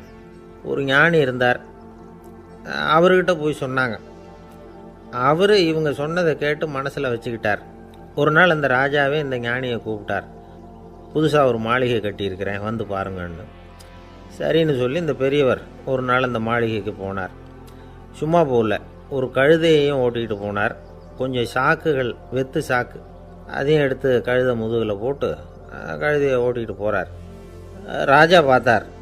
அவருக்கு இது ஆச்சரியமாக இருந்தது. என்ன இது, மாளிகைக்கு வந்துட்டு போங்கன்னு கூப்பிட்டா கழுதை சாக்கு இதெல்லாம் கொண்டு வராரே, ஒன்றும் புரியலையேன்னு நினச்சார். எதுக்காக இதெல்லாம்னு கேட்டார். அரசருடைய தோட்டத்திலேருந்து கொஞ்சம் மண் எடுத்துகிட்டு போகிறதுக்கு ஆசைப்பட்றேன், அதுக்கு நீங்கள் அனுமதி கொடுக்கணும் அப்படின்னாரு இவர். இது என்ன வேடிக்கையான கோரிக்கையாக இருக்குது அப்படின்னு நினச்சார் ராஜா. இருந்தாலும் மண் தானே கேட்குறாரு, எடுத்துகிட்டு போகட்டுமே அப்படின்னு நினச்சார். சரி, நான் அனுமதி கொடுத்தார். அந்த பெரியவர் தோட்டத்துக்கு போனார், மண்ணை வெட்டினார், சாக்கில் போட்டு நிரப்புனார். ராஜாவை கொஞ்சம் கிட்ட வாங்கன்னு கூப்பிட்டார். இந்த மண் மூட்டையை தூக்கி கழுதையோட முதுகில் வைக்கணும், கொஞ்சம் உதவி பண்ணுங்கன்னார். ஓ, பண்ணுறேனே அப்படின்னு சொல்லி ராஜா கிட்ட போனார். மூட்டையை தூக்கி பார்க்குறாரு, முடியல, திணறி போயிட்டார். இப்போ அந்த ஞானி பேசினாராம். அரசே, இந்த ஒரு சாக்கு மண்ணையே உங்களால் தூக்க முடியல, அந்த கிழவிகிட்ட இருந்து அந்த அக்கிரமமாக அபகரித்த இந்த தோட்டம் பூராவையும் சுமக்கணும்னு ஆசைப்படுறீங்களே, அது உங்களால் முடியுமா அப்படின்னு கேட்டாராம். ராஜா யோசனை பண்ண ஆரம்பித்தார். தன்னுடைய செயலுக்காக வருத்தப்பட்டாராம். அந்த வயசான அம்மாவை உடனடியாக வரவழைச்சார். தாயே, தப்பு பண்ணிட்டேன், என்னை மன்னிச்சுக்குங்க, இன்னையிலேருந்து இந்த மாளிகையும் தோட்டமும் உங்களுக்கு தான் சொந்தம் அப்படின்னு சொல்லிவிட்டாராம். போகிறப்ப இந்த உலகத்திலேருந்து எண்ணத்தை எடுத்துகிட்டு போக போகிறோம், அதனால் ரொம்பவும் அலட்டிக்க வேண்டியதில்லை, கர்வப்பட வேண்டியதில்லை அப்படிங்கிறது ஒரு பெரிய உபதேசம். ஒரு பெரிய மனுஷன் சாக கிடந்தார், ரொம்பவும் அழுதார். ஏன் அழறீங்க அப்படின்னு கேட்டாங்க சுற்றி இருந்தவங்க. நான் சாகிறதுக்காக கவலைப்படலை, நான் நம்ம ஜனங்களுக்காக எவ்வளவோ காரியம்லாம் செஞ்சுக்கிட்டு வந்தேன்.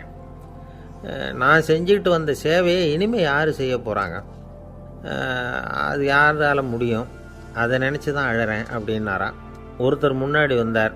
அதுக்காக நீங்கள் கவலைப்படாதீங்க, உங்கள் சேவையை தொடர்ந்து செய்கிறதுக்கு என்ன மாதிரி இளைஞர் பட்டாலும் தயாராக இருக்குது, இருந்தாலும் எங்கள் கவலை என்னென்னா அப்படின்னு இழுத்தார். என்ன சொல்லுங்கன்னு கேட்டார் அவர். நீங்கள் இது வரைக்கும் என்ன சேவை செஞ்சுக்கிட்டு வந்தீங்க, அதுதான் எங்களுக்கு இன்னமும் புரியாத புதிராக இருக்குது அப்படின்னாராம் அவர். இந்த காலத்து புள்ள ஒருத்தன் தன்னோட அப்பாவை பார்த்து சொன்னான், அப்பா, நான் உனக்கு உதவி செய்யலாம்னு நினைக்கிறேன், என்ன உதவி செய்யணும்னு சொல்லு அப்படின்னா. நீ சும்மா இருந்தால் அதுவே எனக்கு செய்கிற பெரிய உதவிடா அப்படின்னார் அப்பா. சும்மா இருக்கிறதும் ஒரு உதவி தான், அது மாதிரி மௌனமும் ஒரு சமூக சேவை தான் அப்படிங்கிறார் காஞ்சி பெரியவர். நமக்கு 5 புலன்கள் இருக்குது, மெய், வாய், கண், மூக்கு, செவி. இந்த 5லேயும் அதிகப்படியான வேலை எதுக்குன்னு நினைக்கிறீங்க? வாய்க்கு தான். ஏன்னா அதுக்கு 2 வேலை. இப்போ கண்ணுக்கு பார்க்குறது மட்டும்தான் வேலை, காதுக்கு கேட்குறது மட்டும்தான் வேலை, மூக்குக்கு வாசனை அறியறது தான் வேலை, உடம்புக்கு உணர்றது மட்டும்தான் வேலை. ஆனால் வாய் அப்படி இல்லை, அதுக்கு 2 வேலை, சாப்பிட்றதும் அதுதான், பேசுகிறதும் அதுதான். அதாவது வாய் ஒன்று தான் கர்மேந்திரியமாகவும் இருக்குது, ஞானேந்திரியமாகவும் இருக்குது அப்படின்னு சொல்லுவாங்க. சாப்பாட்டில் உட்காந்தா எந்தெந்த ஆகாரம் என்னென்ன ருசின்னு அறிவிக்கிற வேலையும் செய்யுது. சபையில் உட்காந்தா பாடுறது, பேசுறது, சிரிக்கிறது, இது மாதிரியான வேலையும் செய்யுது. இன்னொரு வித்தியாசம், கண்ணு காது மூக்கெல்லாம் ஸ்ட்ரெயின் பண்ணிக்கிட்டு வேலை செய்கிறதில்ல. ஒரு ரோஜா பூ பார்த்தா உடனே மூக்கு அப்படியும் இப்படியும் அசைய ஆரம்பிக்கிறதில்ல. ஒரு சங்கீதத்தை கேட்ட உடனே காது ஆட ஆரம்பிக்காது. ஆனால் வாய் அப்படி இல்லை, அது பேசினாலும் சரி சாப்பிட்டாலும் சரி அசைஞ்சு தான் ஆகணும். ஆக மற்றதை விட வாய்க்கு வேலை ஜாஸ்தின்னு தெரியுது. சாப்பிட்றது பேசுறது அப்படின்னு 2 காரியம் அதுக்கு. இப்படி 2 காரியம் இருக்கிறதுனால அது 2ஐயும் பாதியாக குறைச்சிக்கணுங்கிறது கடவுள் அபிப்பிராயமாக இருக்கணும் அப்படிங்கிறார் காஞ்சி பெரியவர். ஆனால் இப்போ நாம் அப்படியே நடந்துக்கிறோம், அதுக்கு நேர்மாறாக நடந்துக்கிறோம். நாம் சாப்பிட்றதும் அதிகம், பேசுகிறதும் அதிகம், 2 வேலையையும் தேவைக்கு அதிகமாகவே செய்கிறோம். வாய் தான் ரொம்ப ஓவர் ஒர்க்குடு.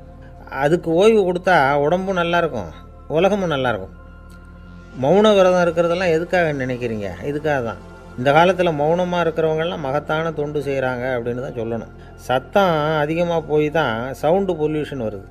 அது மட்டும் இல்லை, மௌனமாக இருந்தால் சண்டை சச்சரவே வராது. மௌனம் கலக நாஸ்தி. ஆக இதுவும் ஒரு சமூக சேவை தான். நமக்கு தான் வாய் இருக்குதேங்கிறதுக்காக வசமாக சாப்பிட்றதும் தப்பு, வளவளன்னு பேசுகிறதும் தப்பு. ஒரு கருத்தை சொல்கிறதுக்கு ஒரே ஒரு சொல்லு போதும் அப்படின்னு இருக்கும்பொழுது 2 சொற்களை செலவு பண்ணாதே. எவ்வளவு சொன்னாலும் அதனால் ஒரு பயனும் விளையாது அப்படின்னு தெரிய வருமேயானால் அந்த ஒரு சொல்லையும் விரயம் பண்ணாதே அப்படிங்கிறார் ஒரு அறிஞர். எல்லா குணங்கள்லேயும் மௌனம்தான் சிறந்தது அப்படிங்கிறார் ஒருத்தர். மௌனமாக இருக்கிறது மூலமாக மற்றவர்கள் குறைகளை நம்மளால் தெரிஞ்சிக்க முடியும். அதே சமயத்தில் நம்மக்கிட்ட இருக்கிற குறைகளை மற்றவங்களுக்கு தெரியாமல் மறைச்சிக்கவும் முடியுங்கிறார் அவர். உண்மைதானே? ஒரு பெரிய மேடை பேச்சாளர், பொது வாழ்க்கையில் 25 வருஷ காலமாக ஈடுபட்டிருக்கிறவர்.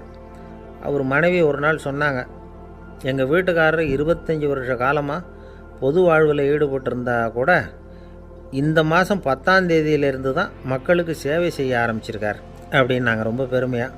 10ஆம் தேதிக்கு அப்படி என்ன விசேஷம் அப்படின்னு கேட்டோம். அன்னையிலேருந்து தான் அவர் மேடையில் பேசுகிறத நிறுத்தினார் அப்படின்னாங்க அந்த அம்மா.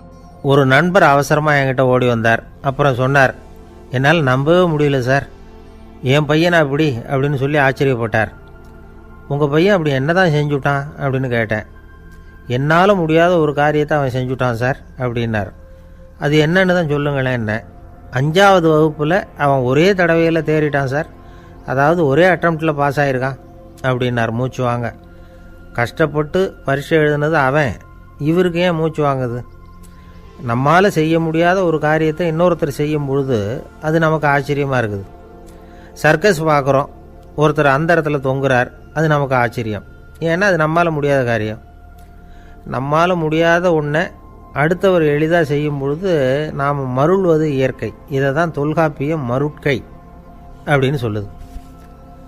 இந்த வியப்பு இருக்குதே, இது 4 வகையில் ஏற்படுறதாக தொல்காப்பியம் சொல்லுது. அது என்ன 4 வகை?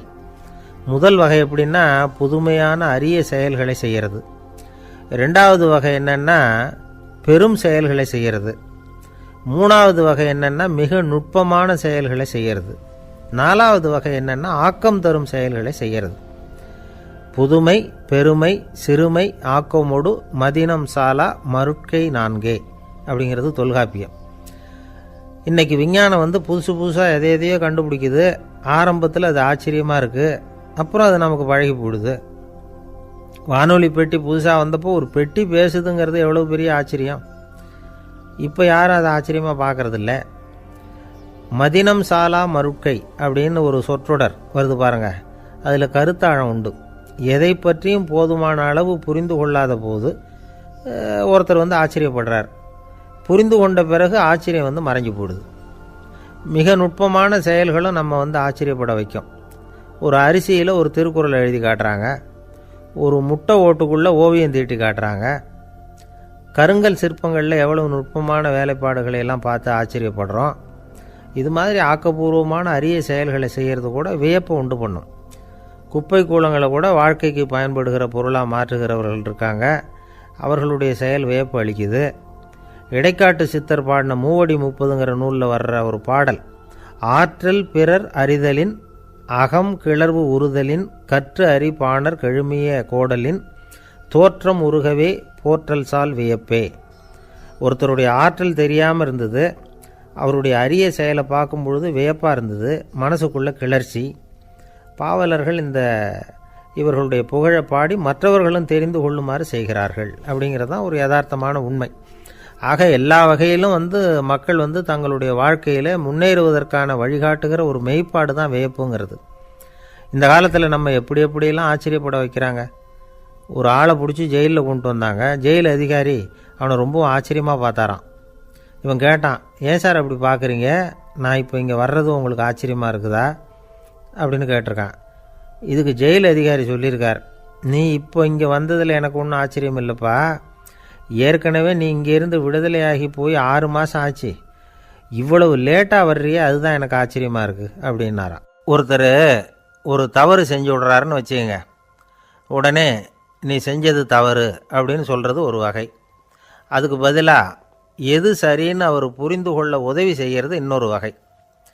இந்த 2வது வகை இருக்குது பாருங்கள், நிர்வாக இயலில் இது ரொம்ப முக்கியம். அலுவலகத்தில் வேலை பார்க்குற ஒருத்தர் முக்கியமாக தெரிஞ்சுக்க வேண்டியது என்ன தெரியுமா?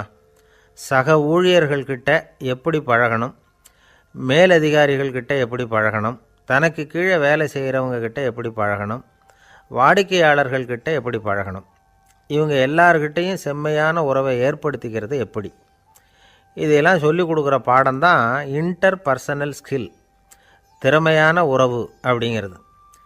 எந்த வேலையில் இருந்தாலும் சரி, இந்த உறவுகளை வளர்க்கும் திறன் உள்ளவங்க சீக்கிரம் முன்னுக்கு வந்துடுறாங்க. மற்றவங்க கிட்ட உறவை பலப்படுத்திக்கிறது எப்படி அப்படின்னு தெரிஞ்சுக்கிட்டோம்னா எந்த ஒரு தடையையும் சுலபமாக தாண்டி செய்கிற தொழிலில் முன்னுக்கு வந்துடலாம். ஹார்வர்டு பல்கலைக்கழகத்தில் ஒரு கணக்கெடுப்பு பண்ணி பார்த்தாங்களாம். பார்க்குற வேலையில் எது மாதிரி குணாதிசயம் உள்ளவங்க வேகமாக முன்னுக்கு வர்றாங்க அப்படின்னு தெரிஞ்சுக்கிறதுக்காக இந்த கணக்கெடுப்பு.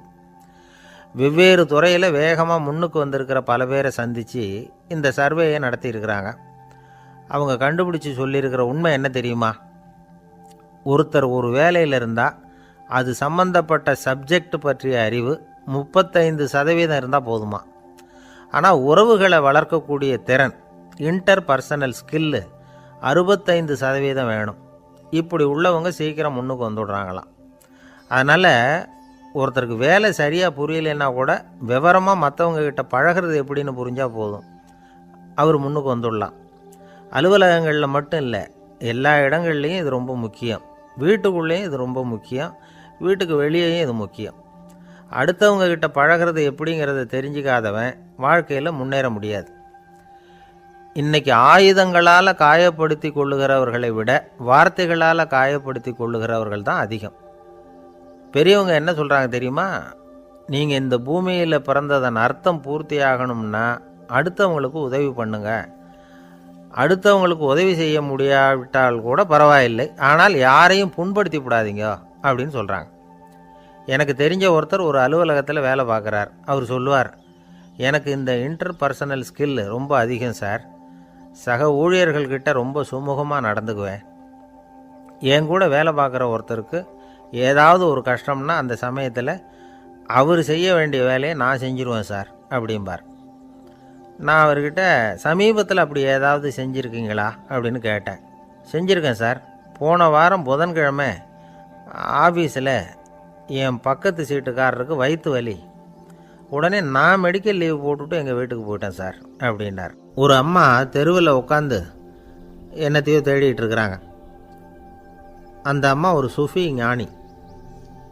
அவங்க பேர் என்னென்னா ரபியா அல் அடாவியா. அந்த அம்மாவுக்கு கண் கூட தெளிவாக தெரியாது. அந்த பக்கமாக வந்த சில பேர் இவங்களுக்கு உதவி செய்கிறதுக்காக வந்தாங்க. என்ன தேடிகிட்டு இருக்கிறீங்க அப்படின்னு கேட்டாங்க. இதுக்கு அந்த அம்மா, அந்த கேள்வி அவ்வளோ முக்கியத்துவம் இல்லை, நான் தேடிகிட்டு இருக்கிறேன், உங்களால் முடிஞ்சால் எனக்கு உதவி பண்ணலாம் அப்படின்னாங்களாம். உதவி செய்ய வந்தவங்களுக்கு ஆச்சரியம். எதை தேடுறோங்கிறது தெரியாமல் இப்படி ஏன் நேரத்தை செலவழிக்கிறீங்க, நாங்கள் எப்படி உங்களுக்கு உதவ முடியும், எங்களுக்கு ஒன்றும் புரியலையே அப்படின்ட்டுருக்காங்க. சரி, உங்களை திருப்தி பண்ணுறதுக்காக சொல்கிறேன், ஒரு குண்டூசி தொலைஞ்சி போச்சு, அதை தேடுறேன் அப்படின்னாங்களாம் அந்த அம்மா. அதுக்கப்புறம் இவங்களும் சேர்ந்து தேட ஆரம்பிச்சிட்டாங்க. கொஞ்ச நேரம் ஆச்சு, ஒன்றும் கிடைக்கல. உதவி செய்ய வந்தவங்களும் அழுத்து போட்டாங்க. அப்புறம் கேட்டாங்க, இதை பாருங்கம்மா, இது ரொம்பவும் பெரிய தெரு, அகலமான தெரு, அதனால் குறிப்பாக நீங்கள் எந்த இடத்துல அந்த குண்டூசியை தொலைச்சிங்க அதை சொல்ல முடியுமான்னாங்களாம். இதுக்கு அந்த அம்மா, நீங்கள் மறுபடியும் அர்த்தமில்லாத கேள்வியை கேட்குறீங்க, உங்கள் கேள்விக்கும் நான் தேடுறதுக்கும் என்ன சம்மந்தம்னாங்களாம். இதை கேட்டதும் அவங்க ஒரு மாதிரி ஆயிட்டாங்க. என்னம்மா நீங்கள் பைத்தியம் மாதிரி பேசுகிறீங்க அப்படின்னாங்களாம். சரி, உங்களை மறுபடியும் திருப்திப்படுத்துறதுக்காக சொல்கிறேன், அதை நான் எங்கள் வீட்டில் தொலைச்சுட்டேன் அப்படின்னாங்களாம். அப்புறம் எதுக்காக இங்கே தேடிட்டு இருக்கிறீங்க அப்படின்னு கேட்டிருக்காங்க. ஏன்னா இங்கே தான் வெளிச்சம் அதிகமாக இருக்குது, அங்கே வீட்டுக்குள்ளே இருட்டாக இருக்குது, அதனால் இங்கே தேடுறேன், வெளிச்சம் உள்ள இடத்துல தானே தேட முடியும் அப்படின்னாங்களாம் அந்த ஞானி. இந்த கதைக்கு என்ன அர்த்தங்கிறத பெரியவங்க சொல்கிறாங்க. அதாவது இந்த தேடுதல்ங்கிறது ஒரு வியாதி.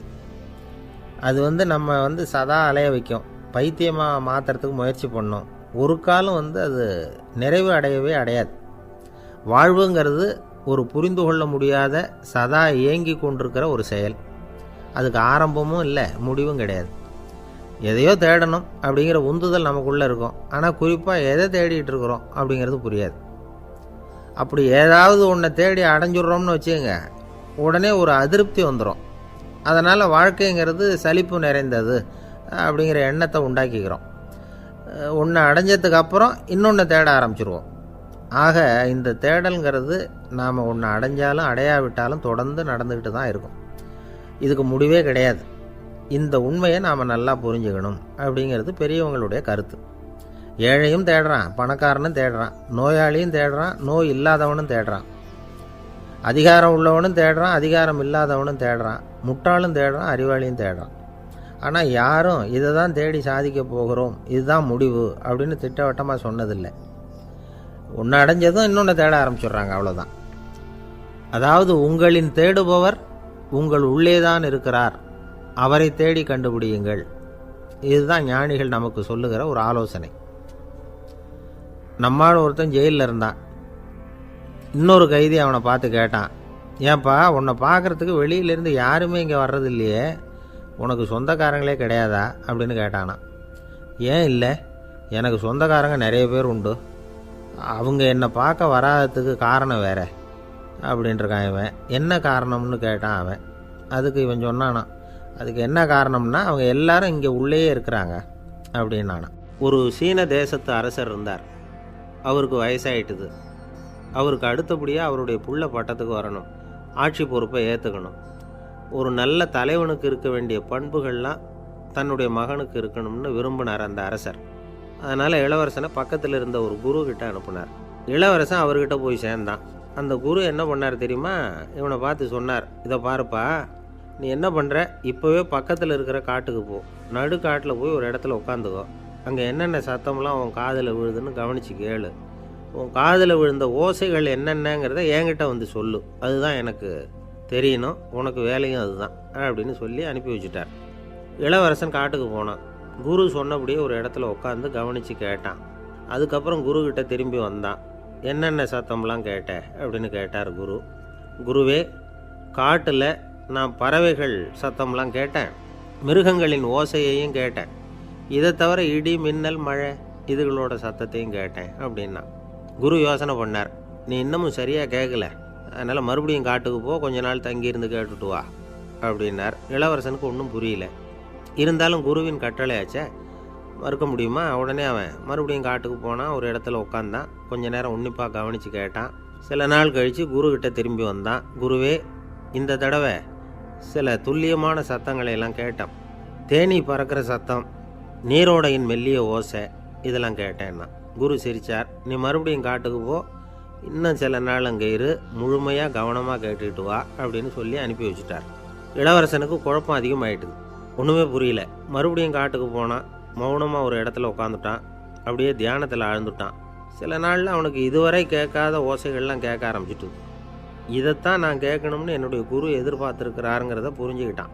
உடனே குருக்கிட்ட ஓடனான். குருவே, இந்த தடவை காதுகளுக்கு கேட்க முடியாத சில ஓசைகளை கூட என்னால் உணர முடிஞ்சுது. பூ மலருகிற ஓசை, சூரியனால் பூமி சூடாகிறப்போ எழுகிற ஓசை, காலை பனித்துளி இந்த புல்லுலாம் குடிக்கிற ஓசை, இது எல்லாம் என்னால் நல்லா கேட்க முடிஞ்சுது அப்படின்னா. குருவுக்கு இப்போ தான் திருப்தி ஏற்பட்டு தான்.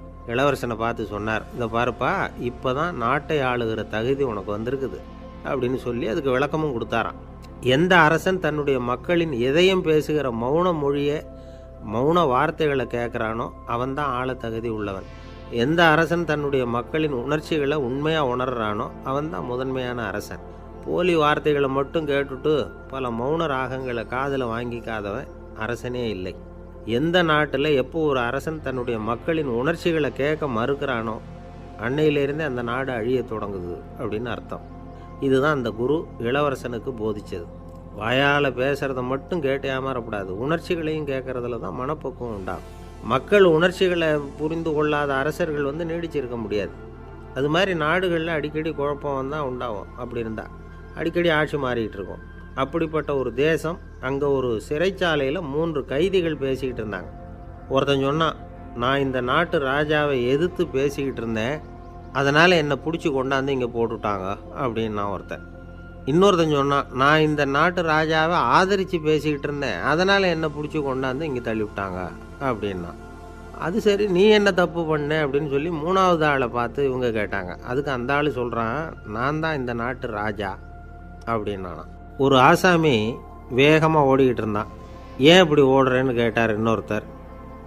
அங்கே ஒரு ஆள் அடிபட்டு கிடக்கிறான், அதை பார்த்தேன், உடனே ஓடுறேன்னா. எங்கேன்னு கேட்டார். ஆஸ்பத்திரிக்குன்னா. ஒரு ஆள் அடிபட்டு கிடக்கிறத பார்த்தா உடனடியாக நாம் செய்ய வேண்டியது முதல் உதவி, அதுக்கப்புறம் தான் ஆஸ்பத்திரி. இன்றைக்கி விபத்துங்கிறது சர்வசாதாரணமாக நடந்துக்கிட்டு இருக்குது. வாகன விபத்து, வெடிகுண்டு விபத்து, தீ விபத்து, கட்டடம் சரியறது, பூகம்பம், இப்படி நிறைய நடக்குது. ஒரு விபத்தை பார்த்துட்டா நம்மளில் பல பேர் நமக்கு என்னத்துக்கு வம்புன்னு ஒதுங்கி போயிடுறதும் உண்டு.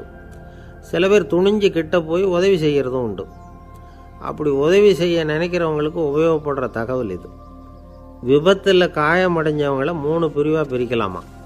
முதல் வகை கொஞ்சம் சீரியஸானது, உயிருக்கு உடனே ஆபத்து தரக்கூடியது. மூளை காயம், முகம், கழுத்து காயங்கள், இருதயம், நுரையீரல் காயங்கள், வயத்தில் உள்ளுறுப்பு காயங்கள், அதிகப்படியான இரத்தப்போக்கு, இதனால எல்லாம் பாதிக்கப்பட்டிருந்தால் அது முதல் வகை அப்படின்னு நாமளே மனசுக்குள்ளே முடிவு பண்ணிக்கணும். இவங்களுக்கெல்லாம் உடனடியாக முதல் உதவி கொடுக்கணும். தாமதப்படுத்தாமல் ஆஸ்பத்திரிக்கு கொண்டுகிட்டு போயிடணும். இப்படி கொஞ்சம் எச்சரிக்கையாக நடந்துக்கிட்டால் அவங்களில் பல பேரை காப்பாற்றிக்கொள்ளலாம். 2வது வகை எப்படின்னா, முதல் உதவி விரைவாக கிடைச்சா உயிர் பிழைக்கக்கூடிய மார்பு காயங்கள், கைகால் எலும்பு முறிவு, இடுப்பு முதுகெலும்பு காயம், சீரான இரத்த சேதம், இப்படிப்பட்டவங்களை 2வது வகையாக பிரிக்கணும். ஆபத்து இல்லாத சிராய்ப்புகள், சிறு காயங்கள், இரத்த உறைவுகள், இதனால் பாதிக்கப்படுறவங்க 3வது வகை. ஒருத்தர் தலையில் அடிபட்டு நினைவு இழந்துட்டார்னு வச்சுங்க, அவருக்கு வாந்தி வர்றதுனால புறையேறி மூச்சு அடைப்பு உண்டாகும். இப்படி ஆகாமல் இருக்கிறதுக்காக தலையை ஒரு பக்கமாக சாய்ச்சி வைக்கலாம். நாடி துடிப்பையும் இதய துடிப்பையும் தொட்டு பார்க்கணும். அது குறைஞ்சிருந்தாலும் சரி, நின்று இருந்தாலும் சரி, அவர் மார்பை நிமிஷத்துக்கு 80 தடவை உள்ளங்கையால் அழுத்தி இதய துடிப்பை மீட்கிறதுக்கு உதவி பண்ணணும். கழுத்தில் காயம்பட்டாலும் ஆபத்து அதிகம். கழுத்துக்கு அடியில் ஒரு துண்டை மடித்து வைக்கலாம். 2 பக்கமும் சின்ன தலையணை அல்லது துணி மடிப்புகளை வச்சு கழுத்தை அதிகமாக அசையாமல் பார்த்துக்கலாம். முதுகெலும்பு முறிஞ்சிருக்குமோ அப்படிங்கிற சந்தேகம் இருந்ததுன்னா அவரை அதிகமாக அசைய விடக்கூடாது. அதிகமாக அசைஞ்சால் தண்டு இடத்துல பாதிப்பு ஏற்பட்டு கைகால் விளங்காமல் போயிடும். அவரை ஒரு கனமான போர்வை இல்லைன்னா பாயில் படுக்க வச்சு 4 பேர் மெதுவாக தூக்கி மருத்துவ உதவிக்கு அனுப்பி வைக்கலாம். கையெலும்பு முறிஞ்சிருந்தால் முறிஞ்ச பாகத்தை உடம்போடு சேர்த்து அசையாமல் கட்டி போடலாம். கால் எலும்பு முறிஞ்சிருந்தால் மற்ற காலோடு சேர்த்து கட்டி போடலாம். முறிஞ்ச பாகம் தொங்காமல் பார்த்துக்கணும், அப்போ தான் வீக்கம் உண்டாகாமல் இருக்கும். வெட்டு காயம், குண்டடிப்பட்ட காயம், இதிலெல்லாம் ரத்தப்போக்கு அதிகமாக இருக்கும். ரத்தம் வெளியேற ஆபத்து அதிகம். சுத்தமான துணியை பல மடிப்புகளை மடித்து காயத்தின் மேலே வச்சு அழுத்தமாக ஒரு 10 நிமிஷம் பிடிச்சிக்கணும். ரத்தம் நின்ன உடனே காயத்துக்கு கட்டு போடலாம். சில சமயம் காயம்பட்ட பாகத்தை உயரமாக தூக்கி பிடிச்சிக்கிட்டா தான் ரத்த கசிவு நிற்கும். இந்த விவரங்களையெல்லாம் கொஞ்சம் மனசில் வாங்கி வச்சுக்கிட்டோம்னா சமயத்தில் உதவும். ஏன்னா இந்த காலத்தில் விபத்து எந்த ரூபத்தில் எப்போ வரும்னு யூகிக்கவே முடியல. நண்பர் ஒருத்தர் சொன்னார், நேற்றுக்கு பாருங்கள் சார், என் கண்ணு முன்னாடியே ஒரு சின்ன விபத்து நடந்ததுன்னார். என்னன்னு விசாரித்தோம். ஒரு பஸ்ஸில் வந்துக்கிட்டு இருந்தேன். அந்த பஸ்ஸில் பின்பக்கம் படி ஓரமாக நின்றுக்கிட்டு இருந்த ஒருத்தர் ரோட்டில் விழுந்துட்டார். டிரைவர் அதை கவனிக்கலை, நிறுத்தாமல் அவர் பாட்டுக்கு போகிறாருன்னார். கண்டக்டர் உடனே விசில் கொடுத்து பஸ்ஸை நிறுத்த வேண்டியது தானே அப்படின்னோம். அதுதான் சார் முடியாமல் போச்சுன்னார் அவர். ஏன்னு கேட்டாங்க. தவறி கீழே விழுந்ததே அந்த கண்டக்டர் தான் சார் அப்படிங்கிறார். ஒரு நண்பர், அவர்கிட்ட பேசிக்கிட்டு இருந்தேன். மனித உறவுகள் பற்றி அவர் சொல்லிகிட்டு இருந்தார். அமெரிக்காவில் தந்தை மகன் உறவு எப்படி இருக்குது அப்படிங்கிறத விளக்கிறதுக்கு அவர் ஒரு கதையை சொன்னார். ஒரு அப்பா பகல் பூராவும் அலுவலகத்தில் வேலை, ஓடி ஆடி உழைச்சிக்கிட்டு களைச்சி போய் ராத்திரி 10 மணிக்கு மேலே வீடு திரும்பினான். வீட்டு வாசலில் அவரோட மகன் காத்துக்கிட்டு இருக்கிறான். இன்னமும் தூங்கலை. அப்பாவை வாசல்லையே தடுத்து நிறுத்தி, அப்பா உனக்கு சம்பளம் எவ்வளவு அப்படின்னு கேட்குறான். ஏற்கனவே ஆஃபீஸு பிரச்சனைகளால் அலுத்து போய் திரும்புகிற அப்பாவுக்கு கோவம் வந்துடுது. என்னடா இப்படிலாம் கேளுன்னு உங்கள் அம்மா உனக்கு சொல்லி கொடுத்தாளா அப்படின்னு சொல்லிவிட்டு உள்ளே போய் சட்டையை கட்டி மாட்டிவிட்டு குளிச்சுவிட்டு மறுபடியும் வெளியில் வந்து உடையை மாற்றுகிற சமயம் அப்போ மறுபடியும் மகன் உள்ளே வந்து நிற்கிறான் அவர் முன்னாடியே. அப்பா உனக்கு எவ்வளவு சம்பளங்கிறான் மறுபடியும். அப்பாவுக்கு எரிச்சல் அதிகமாகிட்டுது. மணிக்கு $20 போதுமா அப்படின்னார். அப்படின்னா எனக்கு ஒரு $10 தர முடியுமான்னா மகன். இதுக்கு தான் என் சம்பளம் எவ்வளவுன்னு கேட்டியா? 2ஆம் வகுப்பு படிக்கிற உனக்கு எதுக்குடா $10 அப்படின்னு கத்திவிட்டு தொலைக்காட்சி பெட்டியின் முன்னாடி போய் உட்காந்துக்கிட்டு ஏதோ நிகழ்ச்சியை பார்க்க ஆரம்பிச்சிட்டார். கொஞ்ச நேரம் கழித்து மறுபடியும் மகன் வந்து நிற்கிறான். அப்பா ப்ளீஸ் எனக்கு ஒரு $10 கொடுக்க முடியுமா? மகனுடைய கண்களில் கண்ணீர். என்னடா அவன் கண்ணீரை காட்டி காரியம் சாதிக்கலாம்னு பார்க்குறியா? ஒரு காசு கூட கொடுக்க மாட்டான் போ அப்படின்னு விரட்டி விட்டான். மகன் கண்ணீரை தொடச்சிக்கிட்டே கண்ணை தொடச்சிக்கிட்டு பேசாமல் போய் படுத்துக்கிட்டானான். கொஞ்ச நேரம் ஆச்சு. அப்பாவோட கோபம் கொஞ்சம் கொஞ்சமாக குறைஞ்சிது. பிள்ளைகிட்ட கோபமாக கத்துனது தப்பு தாங்கிறது புரிஞ்சுது அவனுக்கு. எழுந்திரிச்சு போனான், படுக்கை இறக்கி போனான். மகனை பார்த்தான். அவன் தலையணையை கட்டி பிடிச்சிக்கிட்டு அழுதுகிட்டு இருக்கிறான். அவனை மெல்ல நெருங்கி அவங்ககிட்ட எதமாக பேசுகிறதுக்கு ஆரம்பித்தானான். எதுக்குடா உனக்கு $10 பள்ளிக்கூடத்தில் கேட்டாங்களா அப்படின்னு கேட்டானான். மகன் சொல்லியிருக்கான், இல்லை டாடி, உனக்கு 1 மணி நேரம் சம்பளம் $20ன்னு சொன்னேன். நீ ஏற்கனவே எனக்கு கொடுத்த பாக்கெட் மணி $10 என்கிட்ட இருக்குது. இப்போ நீ இன்னொரு $10 கொடுத்தீங்கன்னா அதையும் சேர்த்து $20 ஆகிடும். அந்த $20 நான் உனக்கு கொடுத்துருவேன். அப்படி கொடுத்தா நீ என் கூட 1 மணி நேரம் செலவழிப்ப இல்லையா? அதுக்காக தான் $10 கேட்டேன் அப்படின்னு சொன்னானான். அந்த அப்பா கண்ணு கலங்கி போச்சான். ஆதரவோடு தன்னுடைய மகனை கட்டி பிடிச்சி அழ ஆரம்பிச்சிட்டாராம். இதுதான் நண்பர் சொன்ன கதை. அமெரிக்கா மட்டும் இல்லை, உலகம் பூராவும் இன்றைக்கி மனித உறவுகள் இப்படி தான் மாறிட்டுருக்கு. பெரியவர்கள் அறிவுரை என்ன தெரியுமா? உங்கள் குழந்தைகளிடமிருந்து குழந்தை பருவத்தை பிரித்து விடாதீர்கள் அப்படிங்கிறது தான். அதாவது இன்றைய குழந்தைகள் தங்கள் பிருந்தாவனத்தை இழந்து விடுகிறார்கள் அப்படிங்கிறது அவங்களுடைய கருத்து. இந்த நிலைக்கு நாம் காரணமாக இருந்துடக்கூடாது. குழந்தைகளோட விளையாடுவோம், குடும்பத்தோடு உறவாடுவோம் அப்படிங்கிறது தான் நம்முடைய நோக்கமாக இருக்கணும். இன்றைய உறவு முறைக்கு இன்னொரு உதாரணம் சொல்லுவாங்க. ஒருத்தர் வந்தாராம், அவர் பக்கத்தில் ஒரு சின்ன பையன். நாம் அவரை விசாரிக்கிறோம், யார் இந்த பையன் அப்படின்னா அவர் சொல்கிறார், இவன் எனக்கு தூரத்து உறவு அப்படின்னாராம். இந்த தூரத்து உறவுன்னா எப்படின்னு இருக்கான். இதுக்கு அவன் சொல்லியிருக்கிறான், இவன் எங்கள் அப்பாவுக்கு 8வது புள்ளை அப்படின்னானான். ஒரு ஊரில் ஒரு பெரிய ஞானி இருந்தார். அவர் படுக்கையில் இருந்தார். இன்னும் கொஞ்சம் நேரம்தான் அவர் இந்த உலகத்தில் இருக்க போகிறார். அவரை சுற்றி ஏகப்பட்ட கூட்டம். ஏற்கனவே அவருடைய உபதேசங்களை கேட்டவங்க பல பேர் அவரை சுற்றி நிற்கிறாங்க. அந்த ஞானி மெதுவாக கண்ணை திறந்து பார்க்குறார். எல்லாரும் அவருடைய கடைசி வார்த்தையை கேட்கறதுக்காக அவளோட காத்துக்கிட்டு இருக்கிறாங்க. அந்த ஞானி மெதுவாக பேச ஆரம்பித்தார். நான் என்னுடைய வாழ்நாள் பூராவும் உங்களுக்கு நிறைய போதனைகள் சொல்லிக்கிட்டு இருக்கிறேன். பேரானந்தம், மகிழ்ச்சி, தியானத்தன்மை இதை பற்றியெல்லாம் சொல்லியிருக்கிறேன். இப்போ நான் வேறு ஒரு கரைக்கு போய்கிட்டுருக்கிறேன். நான் இனிமேல் இந்த கரையில் இருக்க மாட்டேன். நீங்கள் நான் சொன்னதையெல்லாம் கேட்டீங்க, ஆனால் எதையும் நீங்கள் நடைமுறைப்படுத்தி பார்க்கல. எல்லாம் கேட்டதோடு சரி, அதோடு விட்டுவிட்டீங்க. அப்புறம் அதை தள்ளி போட்டுக்கிட்டே வந்துட்டீங்க. மேலும் அதை தள்ளி போடுறதுல எந்த பிரயோஜனமும் கிடையாது. இப்போ நான் போய்கிட்டு இருக்கிறேன். உங்களில் யாராவது என்னோட வர்றதுக்கு தயாரா அப்படின்னு கேட்டார். அவ்வளவுதான். யாரும் வாயை திறக்கலை. ஒரே மௌனம், சத்தமே இல்லை. ஒருத்தர் பார்த்துக்கிட்டே நிற்கிறாங்க. அந்த கூட்டத்தில் ஒரு ஆள் அந்த ஞானி கூடவே 40 வருஷத்துக்கு மேலே இருந்திருக்கிறான். அவனும் வாயை திறக்காமல் இன்னொருத்தன் முகத்தை பார்த்துக்கிட்டே நிற்கிறான். இந்த சமயத்தில் பின்னாடி நின்றுக்கிட்டு இருந்த ஒருத்தன் கையை தூக்கினான். ஞானி அவனை பார்த்தார். சரி, ஒருத்தனுக்காவது நம்மோட வர்றதுக்கு தைரியம் இருக்குது அப்படின்னு நினச்சார். ஆனால் அந்த ஆள் என்ன சொன்னான் தெரியுமா? ஐயா, நீங்கள் கேட்குறப்போ நான் உடனே எழுந்திருக்கல, கையை மட்டும்தான் தூக்கினேன். என்ன காரணம்னா, நான் எப்படி அடுத்த கரைக்கு சேர்றதுங்கிறது தெரிஞ்சுக்கிறதுக்காகத்தான். அந்த விவரத்தை மட்டும் இப்போ உங்ககிட்ட இருந்து நான் தெரிஞ்சுக்க ஆசைப்பட்றேன்.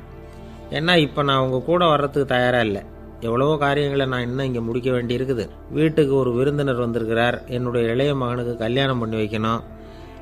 அதனால் இன்றைக்கி உங்கள் கூட வர முடியாது. அது மட்டும் இல்லை, இப்போ உங்கள் கூட அடுத்த கரைக்கு வந்தால் திரும்பி வர முடியாதுன்னு வேறு சொல்கிறீங்க.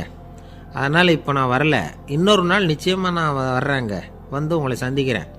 அதனால் இப்போ நீங்கள் இன்னொரு தடவை எங்களுக்கு விளக்கமாக சொல்லணும். ஏற்கனவே பல தடவை சொல்லியிருக்கிறீங்க, தயவு பண்ணி இப்போ ஒரு தடவை சொன்னீங்கன்னா சௌகரியமாக இருக்கும்.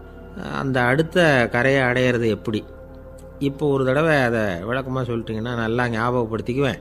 அது சரியான சமயம் வர்றப்போ இது எனக்கு உதவியாக இருக்கும் அப்படின்னு நானும். ஆனால் உண்மை என்ன தெரியுமா, அந்த சரியான சமயம் வரவே இல்லை அப்படிங்கிறது தான் உண்மை. இப்படி அந்த கதை முடியும். இந்த கதை அந்த ஒரு ஆளுக்கு மட்டும் இல்லை, கிட்டத்தட்ட எல்லாருக்குமே அது பொருந்தும் அப்படிங்கிறாங்க விவரம் தெரிஞ்சவங்க. எல்லாருமே அந்த சரியான தருணத்துக்காகத்தான் காத்துக்கிட்டு இருக்கிறாங்களாம். அதுக்காக ஜோசியம் பார்க்குறாங்க, கைரேகை பார்க்குறாங்க, நாளைக்கு என்ன நடக்குங்கிற ஆவலில் எல்லாரும் காத்துக்கிட்டு இருக்கிறாங்க. ஆனால் அந்த ஒரு நாள் ஒருபோதும் வரப்போகிறதில்ல. நீங்கள் தள்ளி போடுறதுக்காக பல அர்த்தமில்லாத காரணங்களை தேடுறீங்க அப்படிங்கிறார் ஒரு ஞானி. காத்திருக்கிறதுலேயே நம்ம காலம் ஓடி போயிடுது. ஏன்னா இன்றைக்கி நாம் சிந்திக்கிறது நாளைக்கு நாம் சிந்திக்கிறது இல்லை. ஒவ்வொரு நாளும் ஒவ்வொரு மாதிரி போயிடுது. நாளைக்கு மறுநாளை பற்றியே சிந்திக்கிறோம். இப்படியே அது பாட்டுக்கு போயிடும். கரையை தொட்டு பார்க்குறது எப்போ, இதுதான் கேள்வி. நமக்கு வேண்டியப்பட்ட ஒருத்தர் ஒரு ரயில்வே பிளாட்ஃபாரத்தில் நின்றுட்டு இருக்கிறார். அங்கே இருக்கிறவங்ககிட்ட கேட்குறாராம், விசாரிக்கிறார், ஏங்க கிழக்க போகிற ரயில் போயிட்டுதுங்களான்னாராம். போயிட்டுதுன்னு இருக்கிறாங்க. கொஞ்ச நேரம் கழித்து ஏங்க மேற்க போகிற ரயில் போயிட்டுதுங்களான்னு கேட்டிருக்காரு. போயிட்டுதுங்களான் இருக்காங்க. அப்புறம் கொஞ்ச நேரம் கழித்து மறுபடியும் ஏங்க 10:30 மணி வண்டி போயிட்டுதான்னு கேட்டிருக்காரு. தொடர்ந்து காலையிலேருந்து சாயந்தரம் வரைக்கும் இப்படி ஒரே இடத்துல நின்றுட்டு கேட்டுக்கிட்டே இருக்கிறார். இதை பார்த்துக்கிட்டு இருந்த ஒருத்தர் அவர்கிட்ட ஏங்க நீங்கள் எங்கே போகணும் அப்படின்னு கேட்டாராம். இவர் மெதுவாக சொன்னாராம், இந்த ரயில்வே லைனை தாண்டி அந்த பக்கம் போகணும் அப்படின்னாராம். நம்பிக்கை இல்லைன்னா இந்த உலகத்தில் நாம் நடமாடவே முடியாது. அவநம்பிக்கையோடு இருந்துக்கிட்டு இருந்தால் என்றைக்கும் அவஸ்தை தான். நாம் நம்புறது நடக்குதோ இல்லையோ அது வேறு விஷயம். ஆனால் எதையும் நம்பி தான் நாம் அடி வைக்க வேண்டியிருக்கு. வேறு ஒன்றும் வேணாம், ஒரு லாட்ரி சீட்டு வாங்குகிறோம், அது எங்கே நமக்கு விழப்போகுது அப்படிங்கிற அவநம்பிக்கையோடவா வாங்குகிறோம். பரிசு நமக்கு தான் அப்படிங்கிற நம்பிக்கை உள்ளூர இருக்கிறதுனால தான் அதை வாங்குகிறோம். இருந்தாலும் முடிவு வேறு மாதிரி ஆகிடுது. அதுக்காக மனசு சோர்ந்து போகிறதில்ல, அடுத்த மாதமும் சீட்டு வாங்குகிறோம். இந்த நம்பிக்கை தான் மனித வாழ்க்கைக்கு ஆதாரம். ஒரு கடையில் போய் டீ சாப்பிட்றீங்க, அந்த டீ நல்ல டீ தானா, அதில் விஷம் கலந்துருக்குமா அப்படிங்கிற சந்தேகம் வந்துட்டுதுன்னு வச்சுங்க. அதுக்கப்புறம் அதை எப்படி நீங்கள் சாப்பிட முடியும்? நம்பி தான் சாப்பிட்ணும். ரயில் ஒழுங்காக போய் சேருங்கிற நம்பிக்கை இருக்கிறதுனால தான் அதில் ஏறி உட்காடுறோம். லெட்டர் ஒழுங்காக போய் சேருங்கிற நம்பிக்கை இருக்கிறதுனால தான் பெட்டியில் போடுறோம். சரி, நம்ம கதையெல்லாம் நம்மளோட இருக்கட்டும். மனித நம்பிக்கை எந்த அளவுக்கு உறுதியாகவும் அறிவுபூர்வமாகவும் இருக்கணுங்கிறதுக்கு அலெக்சாண்டர் வாழ்க்கையில் நடந்த ஒரு சம்பவத்தை உதாரணமாக சொல்லலாம். இந்த உலகத்தையே ஜெயிக்கணும்னு புறப்பட்டார் அலெக்சாண்டர். ஒரு கட்டத்தில் அவர் சிட்னஸ் நதி கரைக்கு சேர்ந்தார்.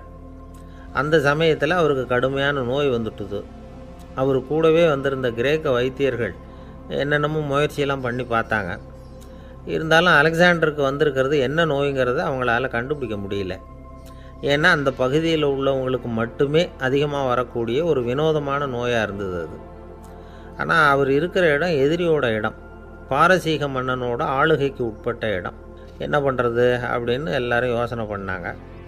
பாரசீக மன்னனோட அரண்மனையில் இருக்கிற வைத்தியர் வந்தால் இந்த நோயை குணப்படுத்தி விடுவார் அப்படின்னு சொன்னாங்க. இருந்தாலும் எதிரியோட நாட்டில் இருக்கிற வைத்தியரை கூப்பிட்டு எப்படி நம்பி வைத்தியம் பார்க்க சொல்கிறது அப்படின்னு சொல்லி எல்லோரும் தயங்கினாங்க. ஆனால் அலெக்சாண்டர் தயங்கலை. பரவாயில்ல, அழைச்சிட்டு வாங்கன்னு விட்டார். உடனே அவரை போய் அழைச்சிட்டு வந்துட்டாங்க. அவர் வந்தார். அலெக்சாண்டர் உடம்பை பரிசோதனை பண்ணி பார்த்தார்.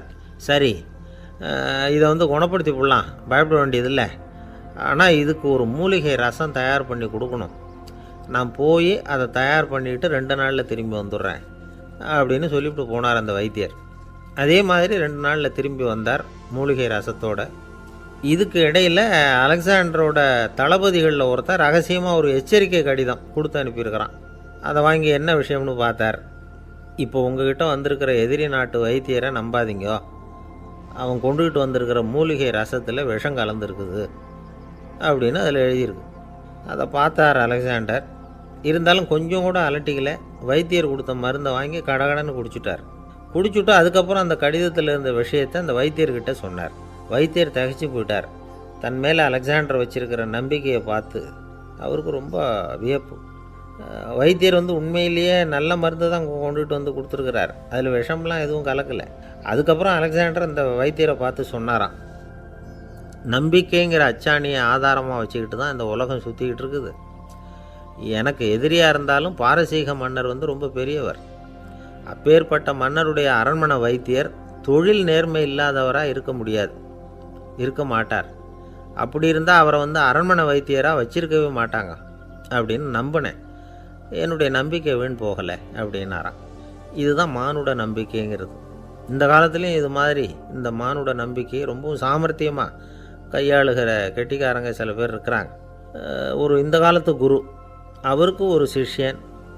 குரு முன்னாடி அந்த சிஷ்யன் ரொம்ப பணிவாக நின்று, குருவே, உங்கள் கையால் விஷத்தை கொடுத்தாலும் அதை வாங்கி மடமடன்னு குடிச்சிருவேன் அப்படின்னா.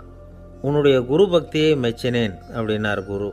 அதுக்கு அந்த சிஷ்யன், அப்படி இல்லை குருவே, உங்ககிட்ட சிஷ்யனாக இருக்கிறத விட உங்கள் கையால் விஷத்தை வாங்கி குடிச்சு விடுறது ரொம்ப நல்லது, அதனால தான் அப்படி சொன்னேன் அப்படின்னா. ஒரு தீக்குச்சி தீப்பெட்டியை பார்த்து கேட்டு தான், நாம் 2 பேரும் தானே உரசிக்கிறோம், ஆனால் நான் மட்டும் தீப்பிடிச்சி எரிஞ்சு போகிறேன், நீ அப்படியே இருக்கிறியே அப்படின்னு தான். அதுக்கு தீப்பெட்டி சொல்லியிருக்குது, உனக்கு தலையில் கணம் இருக்குது அதனால் அழிஞ்சு போகிற அப்படின்னு தான். எப்படி இருக்கு பாருங்கள் இந்த பதில். தலையில் கணம் உள்ளவங்க யாருமே சரியாக இருக்க முடியாது. எவ்வளவு பெரியவங்களாக இருந்தாலும் சரி, ரொம்ப கஷ்டம்தான் அது. கர்வம்ங்கிறது கூடவே கூடாது. இதை விளக்கிறதுக்கு மகான் ஒருத்தர் ஒரு சம்பவத்தை சொல்கிறார். அர்ஜுனன் தீர்த்த யாத்திரை பண்ணானா. அப்போது தென்னிந்தியாவுக்கு வந்திருக்கிறான். ராமேஸ்வரத்துக்கு போனப்போ அங்கே இலங்கைக்கு கல்லுலாம் அடுக்கி போடப்பட்டிருந்த பாலத்தை பார்த்தானா. ஒரு சின்ன குரங்கு அதுக்கு பக்கத்தில் விளையாடிக்கிட்டு இருந்திருக்கு. அதை பார்த்துட்டு அர்ஜுனன் சிரிச்சிருக்கான். ஏன் சிரிக்கிறேன்னு கேட்டிருக்கு அந்த குரங்கு. ராமன் மிகச்சிறந்த வில் வீரன். அப்படி இருக்கிறப்போ அவன் இலங்கைக்கு அம்புகளாலேயே ஒரு பாலம் கட்டியிருக்கலாம். அதை விட்டுட்டு போயும் உன்ன மாதிரி குரங்குகளை துணையாக வச்சுக்கிட்டு இப்படி ஒரு கருங்கல் பாலத்தை கட்டியிருக்கிறானே அப்படின்னானா. அம்புகளால் பாலம் கட்ட முடியுமா அப்படின்னு கேட்டு தான் குரங்கு. ஏன் முடியாது, என்னால் முடியுமேன்னு இருக்கான் அர்ஜுனன். அம்பால் பாலம் கட்டலாம், இருந்தாலும் என்ன மாதிரி குரங்குகள் ஏறி நடந்தால் அது தாங்குமா? அதனால தான் ராமர் கருங்கல் பாலமே கட்டினார் அப்படின்றது குரங்கு சொல்லிச்சான். அப்படியே சொல்கிற, நான் வேணும்னா இப்போ அம்புகளாலேயே ஒரு பாலத்தை கட்டுறேன், நீ அது மேலே ஏறி நடந்து பார். பாலம் விழுந்துட்டுதுன்னா நான் தீ மூட்டி அதில் குதித்து உயிர் தியாகம் பண்ணி விட்றேன் அப்படின்னு நான் ரொம்ப கோபமாக. உடனே அந்த சின்ன குரங்கு பெரிய உருவம் எடுத்துட்டு தான் கையில் கதையோடு அர்ஜுனன் முன்னாடி நிற்கிறான் அனுமன். பார்த்தா, என்னுடைய தலைவர் ராமரையா இழிவாக பேசுகிற, நீ இப்போ பாலம் கட்டு, நான் என்னுடைய பலத்தை காட்டுறேன் அப்படின்னு அனுமன். அர்ஜுனன் தன்னுடைய காண்டிபத்தை எடுக்கிறான், சரமாரியாக அம்புகளை விடுறான். அதெல்லாம் ஒன்றோட ஒன்று கோத்துக்கிட்டு அப்படியே பாலம் மாதிரி நிற்கிது. அர்ஜுனன் தலை நிமிர்ந்து நின்னான். அனுமன் உயர கிளம்பி அங்கேருந்து பாலத்தில் பொத்துன்னு இறங்கினான். பாலம் அப்படியே நொறுங்கி போச்சு தூள் தூளாக. என்ன அர்ஜுனா, இப்போ என்ன செய்ய போகிற அப்படின்னு நான் ஏளனமா. அர்ஜுனன் தலையை தொங்க போட்டுக்கிட்டான். சொன்னபடி தீ மூட்டி அதில் குதிக்கிறதுக்காக 3 தடவை சுற்றி வந்தான். அப்போது கிருஷ்ணர் அங்கே வந்தார். என்ன அர்ஜுனா, என்ன நடக்குது, என்ன இது அப்படின்னு ஒன்றும் தெரியாத மாதிரி கேட்டார். அர்ஜுனன் வாயை திறக்கிறதுக்கு முன்னாடி அனுமன் வாயை திறந்தான், நடந்ததை சொன்னான். அர்ஜுனன் சவால் விட்டபடி உயிர் திறந்தே ஆகணும்னா அனுமன். கிருஷ்ணர் யோசனை பண்ணார். நல்லது, இந்த சவால் விட்டதுக்கும் நடந்ததுக்கும் யார் சாட்சி? பெரியவர் ஒருத்தரை சாட்சியாக வச்சுக்கிட்டல்லவா நீங்கள் இந்த போட்டியை நடத்தியிருக்கணும் அப்படின்னார். அதனால் என்ன, இப்போ மறுபடியும் அந்த போட்டியை நடத்திவிட்டா போச்சு, என்னால் அந்த அம்பு பாலத்தை நொறுக்க முடியாதா அப்படின்னு அனுமன். சரி, இப்போ மறுபடியும் அது நடக்கட்டும்னார் கிருஷ்ணர். அர்ஜுனன் அம்பு பாலம் அமைச்சான். அனுமன் ஏறி குதிச்சான். பாலம் அசைஞ்சு கொடுக்கவே இல்லை, அவ்வளோ உறுதியாக இருக்குது. இப்போ அனுமன் தலையை குனிஞ்சிக்கிட்டான். அர்ஜுனன் நன்றியோடு நிமிர்ந்து பார்த்தான். கிருஷ்ணருடைய தோள்கள்லேயும் முதுகள்லேயும் ரத்தம். என்ன சுவாமி, என்ன நடந்ததுன்னு நான் பதறி போய், உன் அம்பு பாலத்தை நான் தான் முட்டு கொடுத்து தாங்கிக்கிட்டு இருந்தேன். அனுமன் குதித்தப்போ என் மேலே ஏற்பட்ட காயங்கள் இவை. பின்ன உன்னுடைய அம்பு பலத்தினாலேயா பாலம் நின்றுதுன்னு நினைக்கிற அப்படின்னாரான். முதல்ல அர்ஜுனன் அப்புறம் அனுமன் 2 பேருக்குமே கர்வ பங்கம் ஆகிட்டு தான். அதாவது அவங்கக்கிட்ட இருந்த கர்வம் போயிட்டுது. யாராக இருந்தாலும் கர்வம் கூடாதுங்கிறத இதிலேருந்து நாம் புரிஞ்சுக்கணும். இந்த காலத்தில் நாமெல்லாம் எந்த விஷயத்துக்கெல்லாம் கர்வப்பட்டுக்கிட்டு இருக்கோம் தெரியுமா? 2 பெண்கள் தங்களுடைய கணவன்மார்களை பற்றி ரொம்ப பெருமையாக பேசிக்கிட்டாங்களாம். அதில் ஒரு அம்மா சொல்லியிருக்கு, என் வீட்டுக்காரர்கிட்ட எந்த சப்ஜெக்ட் கொடுத்தாலும் சரி அந்த விஷயத்தை பற்றி அழகாக 1 மணி நேரம் பேசுவார் அப்படின்னாங்களாம். உடனே இன்னொரு அம்மா, அது என்ன பிரமாதம், என் வீட்டுக்காரருக்கு சப்ஜெக்டே தேவையில்லை, விஷயமே இல்லாமல் நாள் பூரா பேசிக்கிட்டு இருப்பார் அப்படின்னாங்களாம். ஒரு காடு, நல்ல மரம்லாம் செழிச்சு இருந்தது. அப்படிப்பட்ட காட்டில் ஒரு சாது இருந்தார். அவர் எப்படின்னா எப்போவும் ஒரு மரத்தடியில் உட்காந்துருப்பார். ஏன்னா அவருடைய இருப்பிடமே அதுதான். அவர் என்ன பண்ணுவார், 3 கல் வச்சுருந்தார். செங்கல் மாதிரி இருக்கும், ஆனால் அதை விட கொஞ்சம் பெருசாக இருக்கும். எதுக்கு அந்த 3 கல்லுன்னா அதுதான் அவருடைய படுக்கை. அதாவது தூங்குறப்ப ஒரு கல்லை தலைக்கு கீழே வச்சுக்குவார், இன்னொரு கல்லை இடுப்புக்கு கீழே வச்சுக்குவார், இன்னொரு கல்லை காலுக்கு கீழே வச்சுக்குவார். உடம்பை வந்து அப்படியே ஒரு தகட்டால் மூடிக்குவார், அப்படியே தூங்கி போடுவார். மழை பெய்யுதுன்னு வச்சுங்க, அவர் உடம்பு வந்து 3 கல் மேலே இருக்குதா, அதனால் தண்ணி வந்து அடியில் ஓடி போடும், உடம்பு நனையாது.